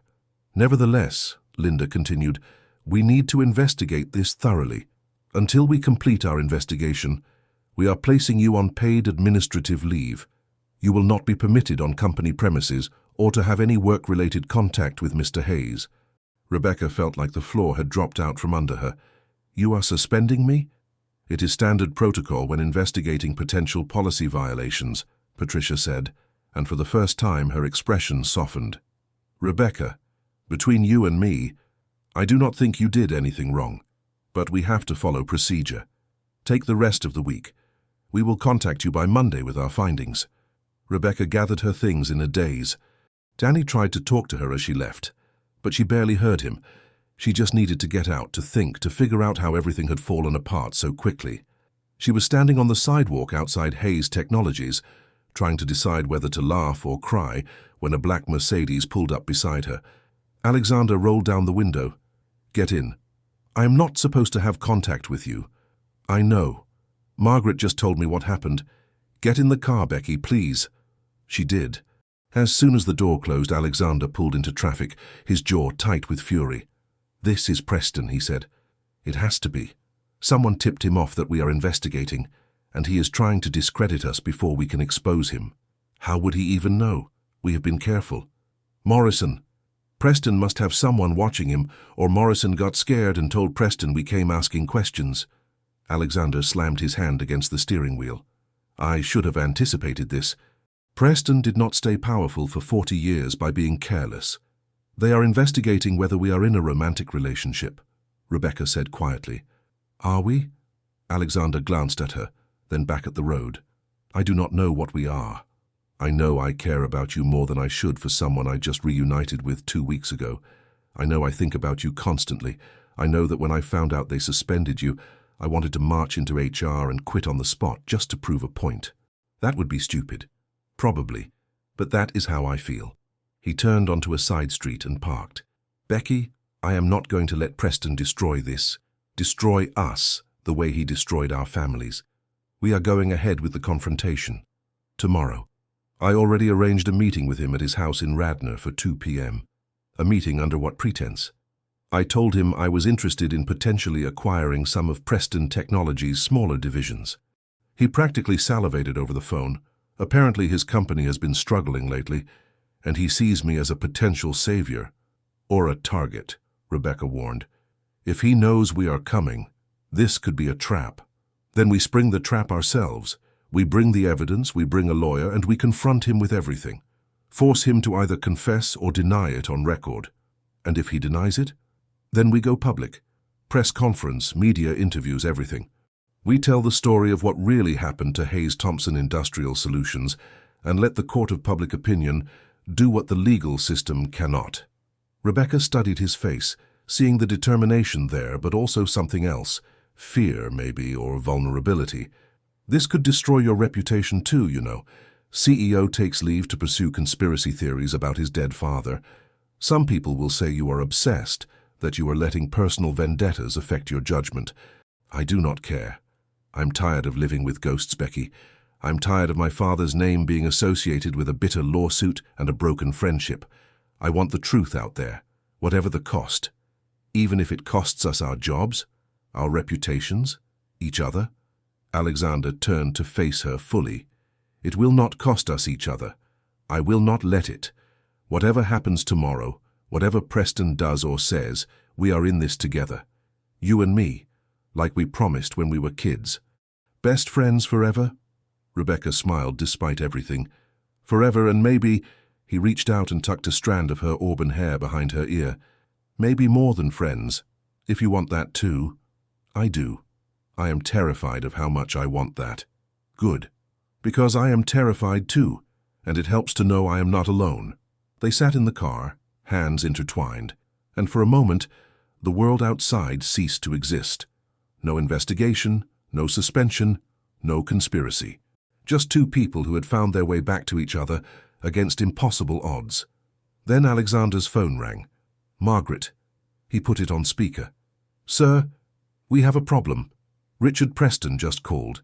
He wants to move the meeting to tonight instead of tomorrow. He says something urgent has come up with his schedule. Alexander and Rebecca exchanged alarmed glances. Did he say anything else? Just that he is looking forward to discussing potential opportunities with you. But, sir, Margaret's voice dropped. He also asked if you would be bringing any guests. Specifically, he asked if Rebecca Thompson would be joining you.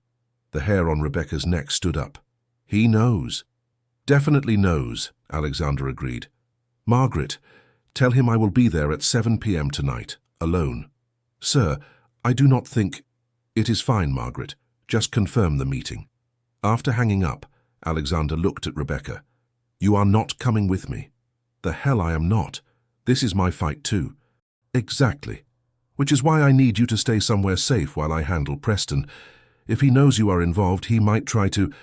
Alexander stopped, his expression darkening. I am not taking chances with your safety. And I am not letting you walk into a potential trap alone. We are partners, remember? We do this together or not at all. They argued for 20 minutes. Rebecca stubborn, Alexander protective, both of them scared of what Preston might do. Finally, they reached a compromise. Rebecca would come but would wait in the car with Alexander's head of security, James Chen, while Alexander went inside to talk to Preston. If anything went wrong, James would get Rebecca away and call the police. That evening, They drove to Radnor, an affluent suburb on Philadelphia's main line. Preston's estate was exactly what Rebecca expected. A sprawling stone mansion behind iron gates, manicured lawns and gardens that probably required a full-time staff to maintain. "Old money showing off," Alexander muttered as they pulled up to the gate. He pressed the intercom, identified himself, and the gate swung open. James Chen, a compact man in his 40s with sharp eyes and a no-nonsense demeanor, sat in the back seat. "I do not like this, boss. Too isolated, too controlled. Preston has home advantage. I know, but we are committed now." Alexander parked in the circular driveway. He turned to Rebecca. "Stay in the car. If I am not back in 30 minutes, I will send James in to get you." "No. If I am not back in 30 minutes, you leave.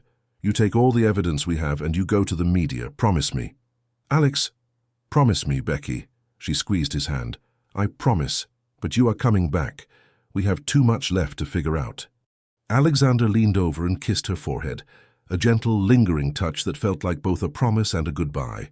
Then he grabbed his briefcase, containing copies of all Morrison's evidence, and walked to the front door. Richard Preston answered himself, which surprised Alexander. He was in his mid-70s, tall and distinguished with silver hair and the kind of face that suggested old power and older money. He wore an expensive cardigan and held a glass of scotch. "Alexander Hayes," Preston said warmly, extending his hand. "What a pleasure to finally meet you. I have followed your career with great interest." "Mr. Preston." Alexander shook his hand, noting the firm grip and assessing gaze. This was a man used to evaluating threats and neutralizing them. "Please come in. We will talk in my study." The house was as ostentatious inside as outside.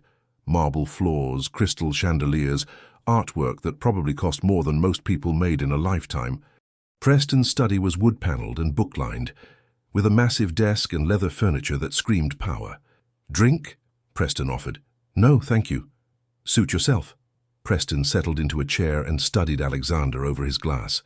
"So, you want to discuss acquiring some of my company's divisions, or—" His smile turned cold. "Is that just a convenient excuse to confront me about ancient history?" Alexander felt his pulse quicken, but kept his expression neutral. "I do not know what you mean. Please, Mr. Hayes, let us not insult each other's intelligence. Gerald Morrison is a weak, guilty man who has been sitting on evidence for 18 years. I have had someone watching him since the day the lawsuit settled. The moment you and Michael Thompson's daughter showed up at his door, I knew exactly what you were planning. Then you know I have proof. Proof that you orchestrated the entire conspiracy that destroyed Hayes Thompson Industrial Solutions. Proof that you forged documents, manipulated evidence, and ruined 2 innocent men's lives for profit. Do you?" Preston took a sip of scotch. "Or do you have the word of a confessed criminal who admits to fraud and forgery?" Morrison could say anything now. He has nothing to lose, but you, Mr. Hayes, you have quite a lot to lose. Are you threatening me? I am stating facts. You are a successful young CEO with a bright future, but reputations are fragile things. One scandal, say an inappropriate relationship with a subordinate employee who you hired out of misplaced nostalgia, could tarnish everything you have built. Alexander's hands clenched. You filed that complaint with my HR department.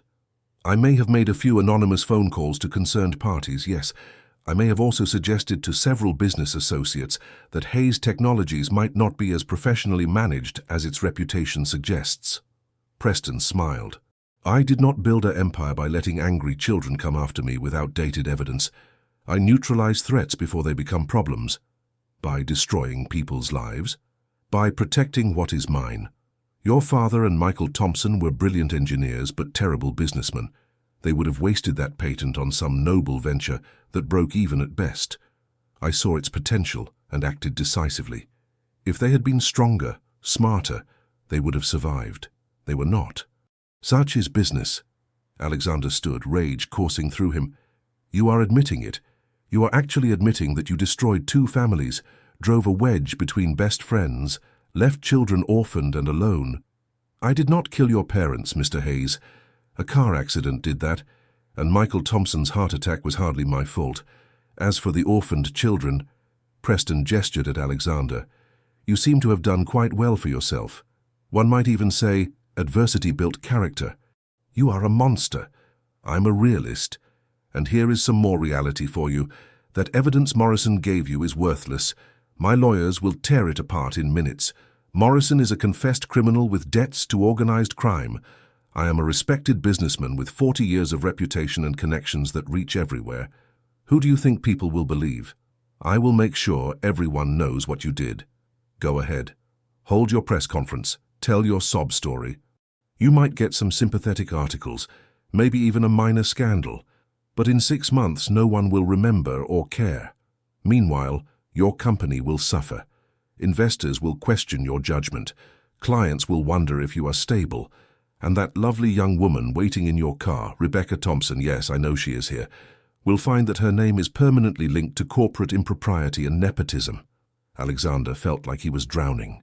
Preston had anticipated everything, had counters for every move. This was not a fight he could win.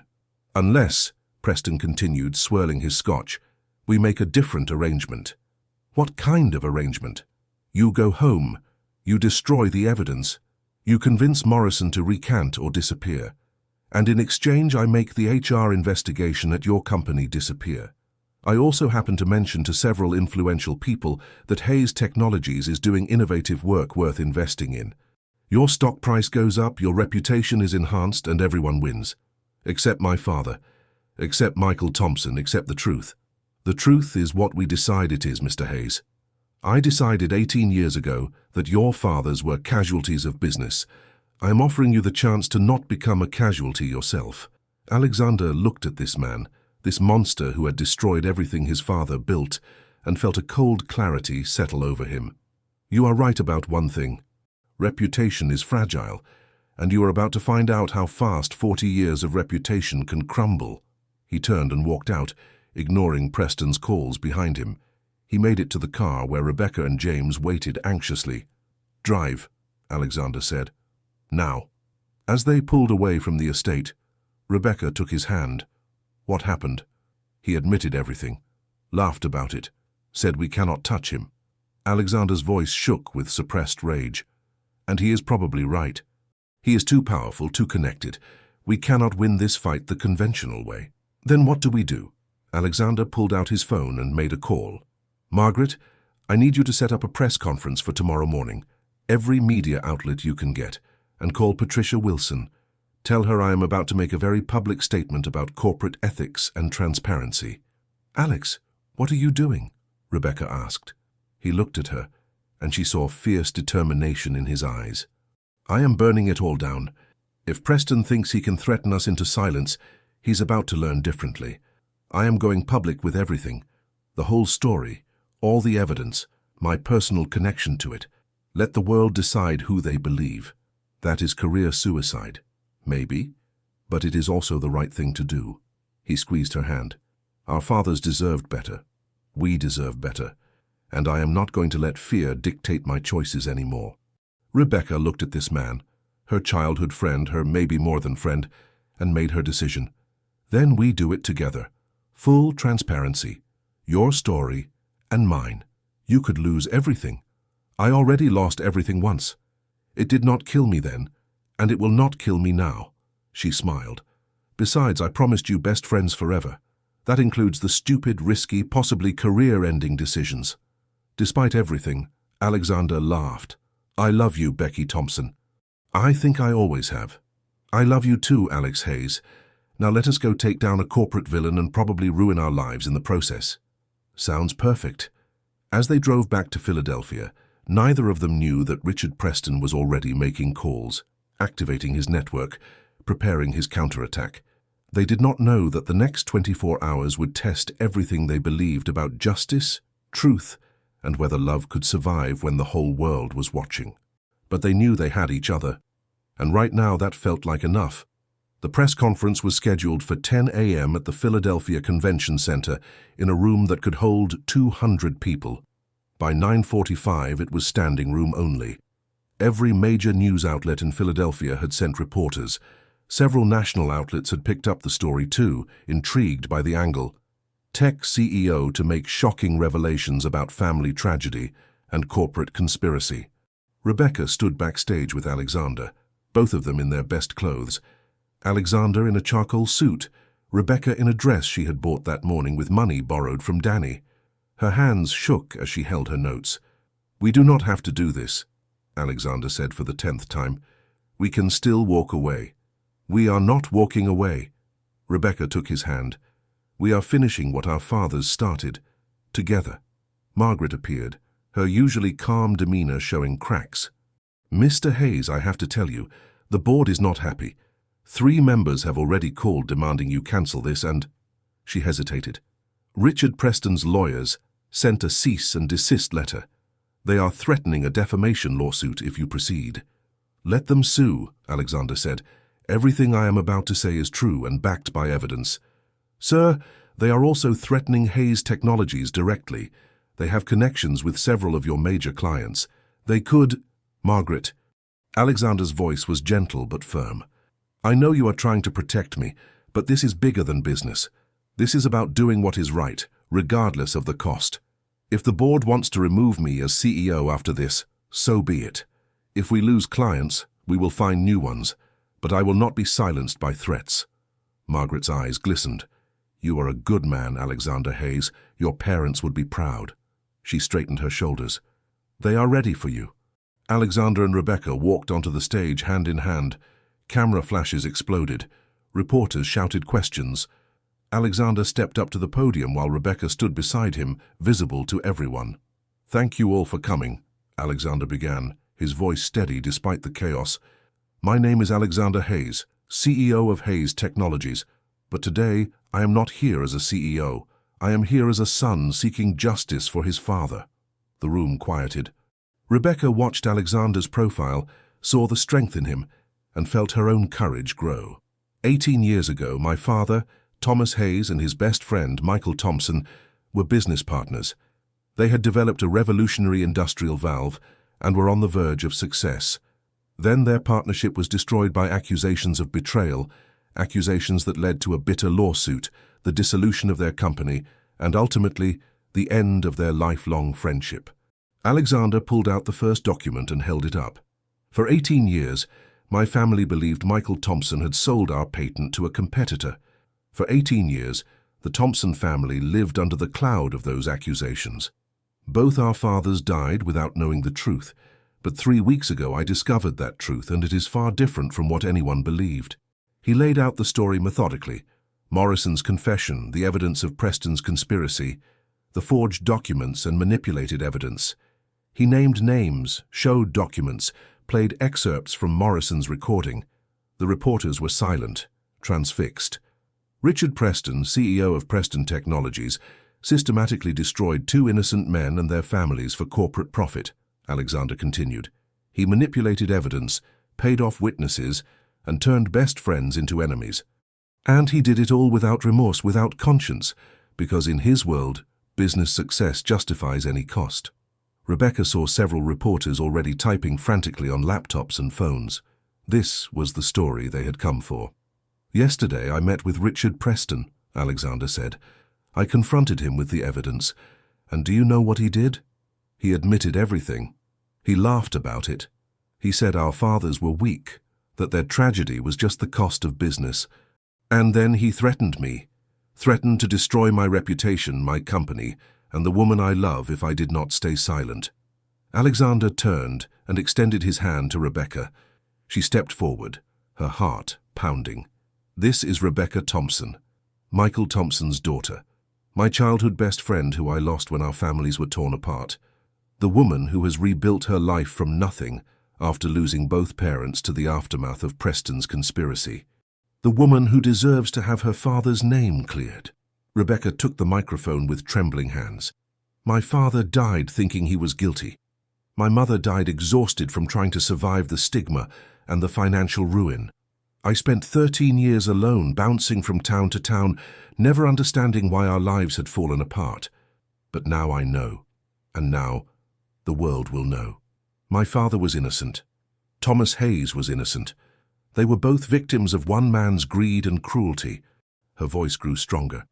"Richard Preston tried to silence us. He filed false complaints about our relationship to discredit us professionally. He threatened our careers and our reputations. But here is what he did not understand. When you have already lost everything, you have nothing left to fear. When you have been alone for 13 years, standing up and telling the truth is not scary. It is liberating. The reporters erupted with questions. Alexander held up his hand for quiet. I know many of you will want to verify this evidence, speak to sources, investigate further. I welcome that. Every document I mentioned today will be made available to the press. Gerald Morrison, the accountant who was coerced into participating in the conspiracy, has agreed to give interviews. We have provided copies of all evidence to the Pennsylvania Attorney General's office, requesting a formal investigation into Preston Technologies' business practices. What about your company? A reporter shouted. What about Hayes Technologies? What about it? Alexander replied. Hayes Technologies was built on principles of integrity and innovation. Today I am simply living up to those principles. If that costs me clients or board support, so be it. I would rather lose everything standing for truth than keep everything built on silence. Are you and Miss Thompson in a relationship? Another reporter called. Alexander looked at Rebecca. She looked back at him. And in that moment, with 200 people and a dozen cameras watching, Alexander Hayes made the easiest decision of his life. Yes, he said simply. We are. We reconnected 3 weeks ago after 18 years apart. We fell in love while seeking justice for our families, and whether I am CEO tomorrow or unemployed, whether she works for my company or not, I intend to spend the rest of my life with her if she will have me. Rebecca felt tears streaming down her face. Yes, she said into the microphone. Yes, I will have you, you dramatic, impossible man. The room erupted in applause and camera flashes. Somewhere in the chaos, Rebecca and Alexander found each other, holding tight, while the world exploded around them. The fallout was immediate and intense. Preston Technologies' stock plummeted within hours. Major clients announced they were reviewing their relationships with the company. The Pennsylvania Attorney General opened a formal investigation. Richard Preston held his own press conference, denying everything and calling Alexander and Rebecca delusional attention seekers. But his performance was defensive and unconvincing. Hayes Technologies' board held an emergency meeting. 3 members called for Alexander's resignation. 5 stood by him. The remaining 4 abstained. In the end, the board issued a statement supporting Alexander's commitment to ethical business practices, while noting that they would be reviewing internal policies regarding workplace relationships. The HR investigation into Rebecca was quietly dropped. Patricia Wilson called her personally to say, "Come back Monday, you have work to do. Also, for what it is worth, I think you are exactly the kind of person this company needs." But the most unexpected development came 3 days after the press conference, when Gerald Morrison appeared on a morning news show and gave a tearful, detailed account of everything Preston had done. He brought additional evidence, emails and documents he had kept hidden even from Alexander and Rebecca, that corroborated every claim they had made. "I have lived with guilt for 18 years, Morrison said on camera. I destroyed 2 good men's lives because I was weak and scared. I cannot bring Thomas Hayes or Michael Thompson back, but I can tell the truth now, and I can hope that their children can finally find peace." Within a week, Preston Technologies announced that Richard Preston was stepping down to focus on personal matters. Within 2 weeks, federal investigators had opened their own probe into the company's historical business practices. Within a month, Preston was facing multiple lawsuits from former business partners who claimed similar manipulation. Alexander and Rebecca watched it all unfold from the relative safety of Alexander's penthouse apartment, where Rebecca had finally agreed to stay after the YWCA became too dangerous due to aggressive reporters. "We did it," Rebecca said one evening, watching the sunset over the Schuylkill River. "We actually did it." "We did," Alexander agreed, wrapping his arms around her from behind. "Our fathers' names are cleared. Preston is facing consequences. Justice, even if it is 18 years late. Do you think they would be proud? Our fathers?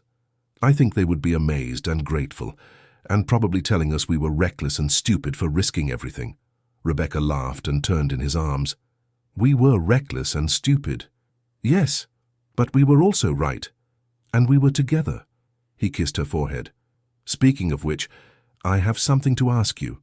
If it involves any more press conferences or corporate conspiracies, The answer is no. Nothing like that, I promise. Alexander took a small velvet box from his pocket. Rebecca's breath caught. Alex, wait, before you panic, this is not what you think. I mean, it is a ring, but... He opened the box to reveal a simple silver band with a small diamond. This was my mother's. When I was cleaning out her things after she died, I kept it, thinking maybe someday I would give it to someone important. Someone who mattered. Someone who... Breathe, Alex. You are rambling like I do when I am nervous. He laughed. Fair. Okay, Becky, I love you. I have probably loved you since we were 7 years old and you insisted you could fly off that swing set. I am not asking you to marry me. Not yet. Not until you are ready. But I am asking if you will consider building a life with me. A real life. Not one haunted by the past or defined by corporate drama, but one where we figure out who we are together. Rebecca took the ring from the box and slipped it onto her right hand. Not an engagement ring, not yet, but a promise ring. A symbol of what they were building. Yes, she said. 1,000 times yes. But I have some conditions. Name them. First, I'm getting my own apartment. I love staying here, but I need to stand on my own 2 feet before I stand beside you. Done. I will help you look. Somewhere nice in the city, walking distance to work. Second, I keep my job at Hayes Technologies. I'm actually good at it, and I do not want to be seen as just the CEO's girlfriend. You are brilliant at it. Patricia raves about you constantly. Though I should mention, the board suggested we implement a formal disclosure policy for workplace relationships. Nothing prohibitive, just transparent. I can live with that. Third, Rebecca took his hands, when we do get married, and yes, I said when, not if, it is going to be simple. No society wedding, no huge production. Just us, our friends, and Danny's dad catering with those amazing ravioli. Perfect. I would not want it any other way. Alexander pulled her close. Anything else? Just one more thing. We visit our parents' graves together. I want to tell them what we did. I want them to know we finally found the truth. We will go this weekend, Alexander promised. Both cemeteries. We will tell them everything. They did. That Saturday, they drove first to Clearfield, where Michael and Sarah Thompson were buried in a small cemetery overlooking rolling hills. Rebecca placed flowers on both graves and told her parents about the investigation, about Preston's downfall, about finding Alex again. Dad, you were innocent, she said, tears streaming down her face. The whole world knows it now. You did not betray anyone. You were a good man, and I am proud to be your daughter. Alexander stood beside her, his hand in hers, adding his own words. Mr. Thompson, I am sorry my family ever doubted you. I am sorry for the pain our families caused each other. But I promise you, I will take care of your daughter. I will love her the way you and your wife loved each other. Thank you for raising someone so extraordinary. Then they drove back to Philadelphia, to the cemetery in northeast Philly, where Thomas and Linda Hayes were buried. Alexander told his parents about finding Becky, about uncovering the truth, about choosing integrity over expedience. You taught me to do the right thing, even when it is hard, he said to his father's headstone. I hope I made you proud. I hope you can finally rest knowing that your name is cleared, that your friendship with Mike Thompson is remembered for what it really was, something beautiful that was destroyed by someone else's greed. Rebecca added softly, Thank you for raising a son who grew up to be honest and brave and kind. Thank you for being the kind of father who taught him that some things matter more than money or success. I promise I will remind him of those lessons every day. As they walked back to the car hand in hand, Rebecca felt lighter than she had in years. The ghosts were finally at rest, the truth was finally told, and the future, their future, stretched out before them, full of possibility. 6 months later, Rebecca stood in her apartment in Northern Liberties, not far from where Alexander had lived when he first started Hayes Technologies, and surveyed her new home. It was small but perfect, with exposed brick walls, large windows overlooking the Delaware River, and enough space for her to set up a proper design workspace. She had been promoted to senior marketing designer at Hayes Technologies. Her hotel rebranding campaign had won an industry award. Vanessa had grudgingly admitted she was talented. Danny had become one of her closest friends, constantly joking that he had introduced them by way of his father's ravioli. Hayes Technologies had weathered the storm of the press conference beautifully.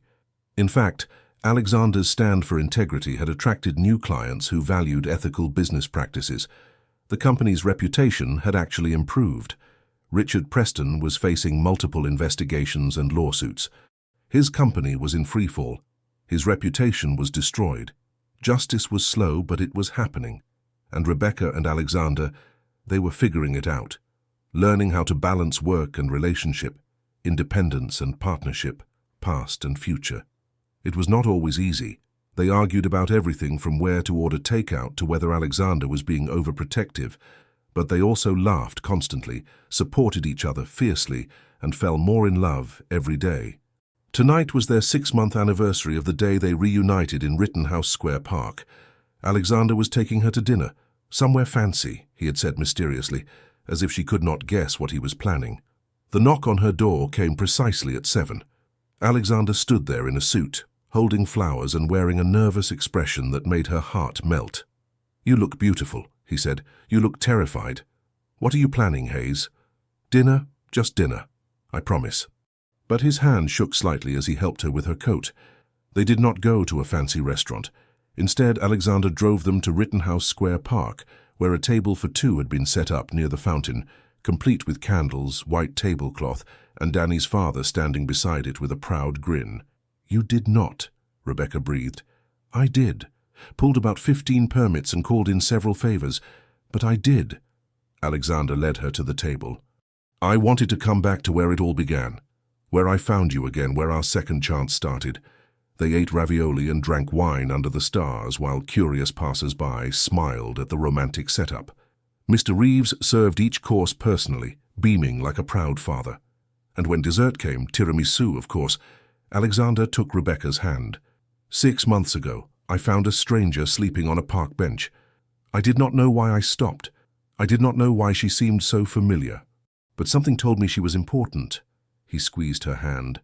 "You changed my life, Becky. You made me remember who I was before I became obsessed with success. You reminded me that some things, truth, family, love, matter more than money or power. You made me want to be the man I was supposed to be. Alex, I know I said I would wait. I know I said I would give you time. But 6 months of falling asleep without you, 6 months of wanting to wake up beside you every morning, it has been torture." He slid off his chair and onto one knee, pulling out a ring box. "Becky Thompson, will you marry me? Will you let me spend the rest of my life proving that fairy tales can come true, that childhood friends can fall in love, that the universe sometimes gets things right?" Rebecca was crying and laughing simultaneously. "You dramatic, impossible, wonderful man. Yes, yes, I will marry you. I will marry you tomorrow if you want. Tomorrow might be pushing it. I was thinking maybe next spring. Small ceremony, Danny's dad catering, our closest friends." "Perfect." Rebecca pulled him up and kissed him, right there in Rittenhouse Square Park, while scattered onlookers applauded and Mr. Reeves wiped away tears. Later, as they walked through the park hand in hand, Rebecca stopped at the bench where Alexander had first found her. "You know what is crazy?" she said. "If I had not been so exhausted that day, if I had not fallen asleep right here, if you had walked past 5 minutes earlier or later, we might never have found each other again." "I do not believe that," Alexander said. "I think we were always going to find our way back. Maybe not that day, maybe not that way, but somehow. Because some promises, like best friends forever, are not meant to be broken, even when life tries its hardest to break them. Especially then."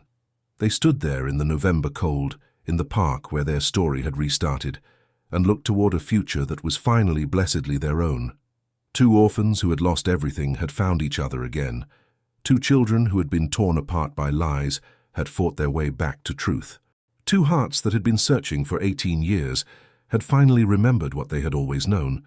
They belonged together. And this time, nothing. Not distance, not time, not corporate conspiracies or workplace policies or old family wounds would ever tear them apart again. The end. 1 year later.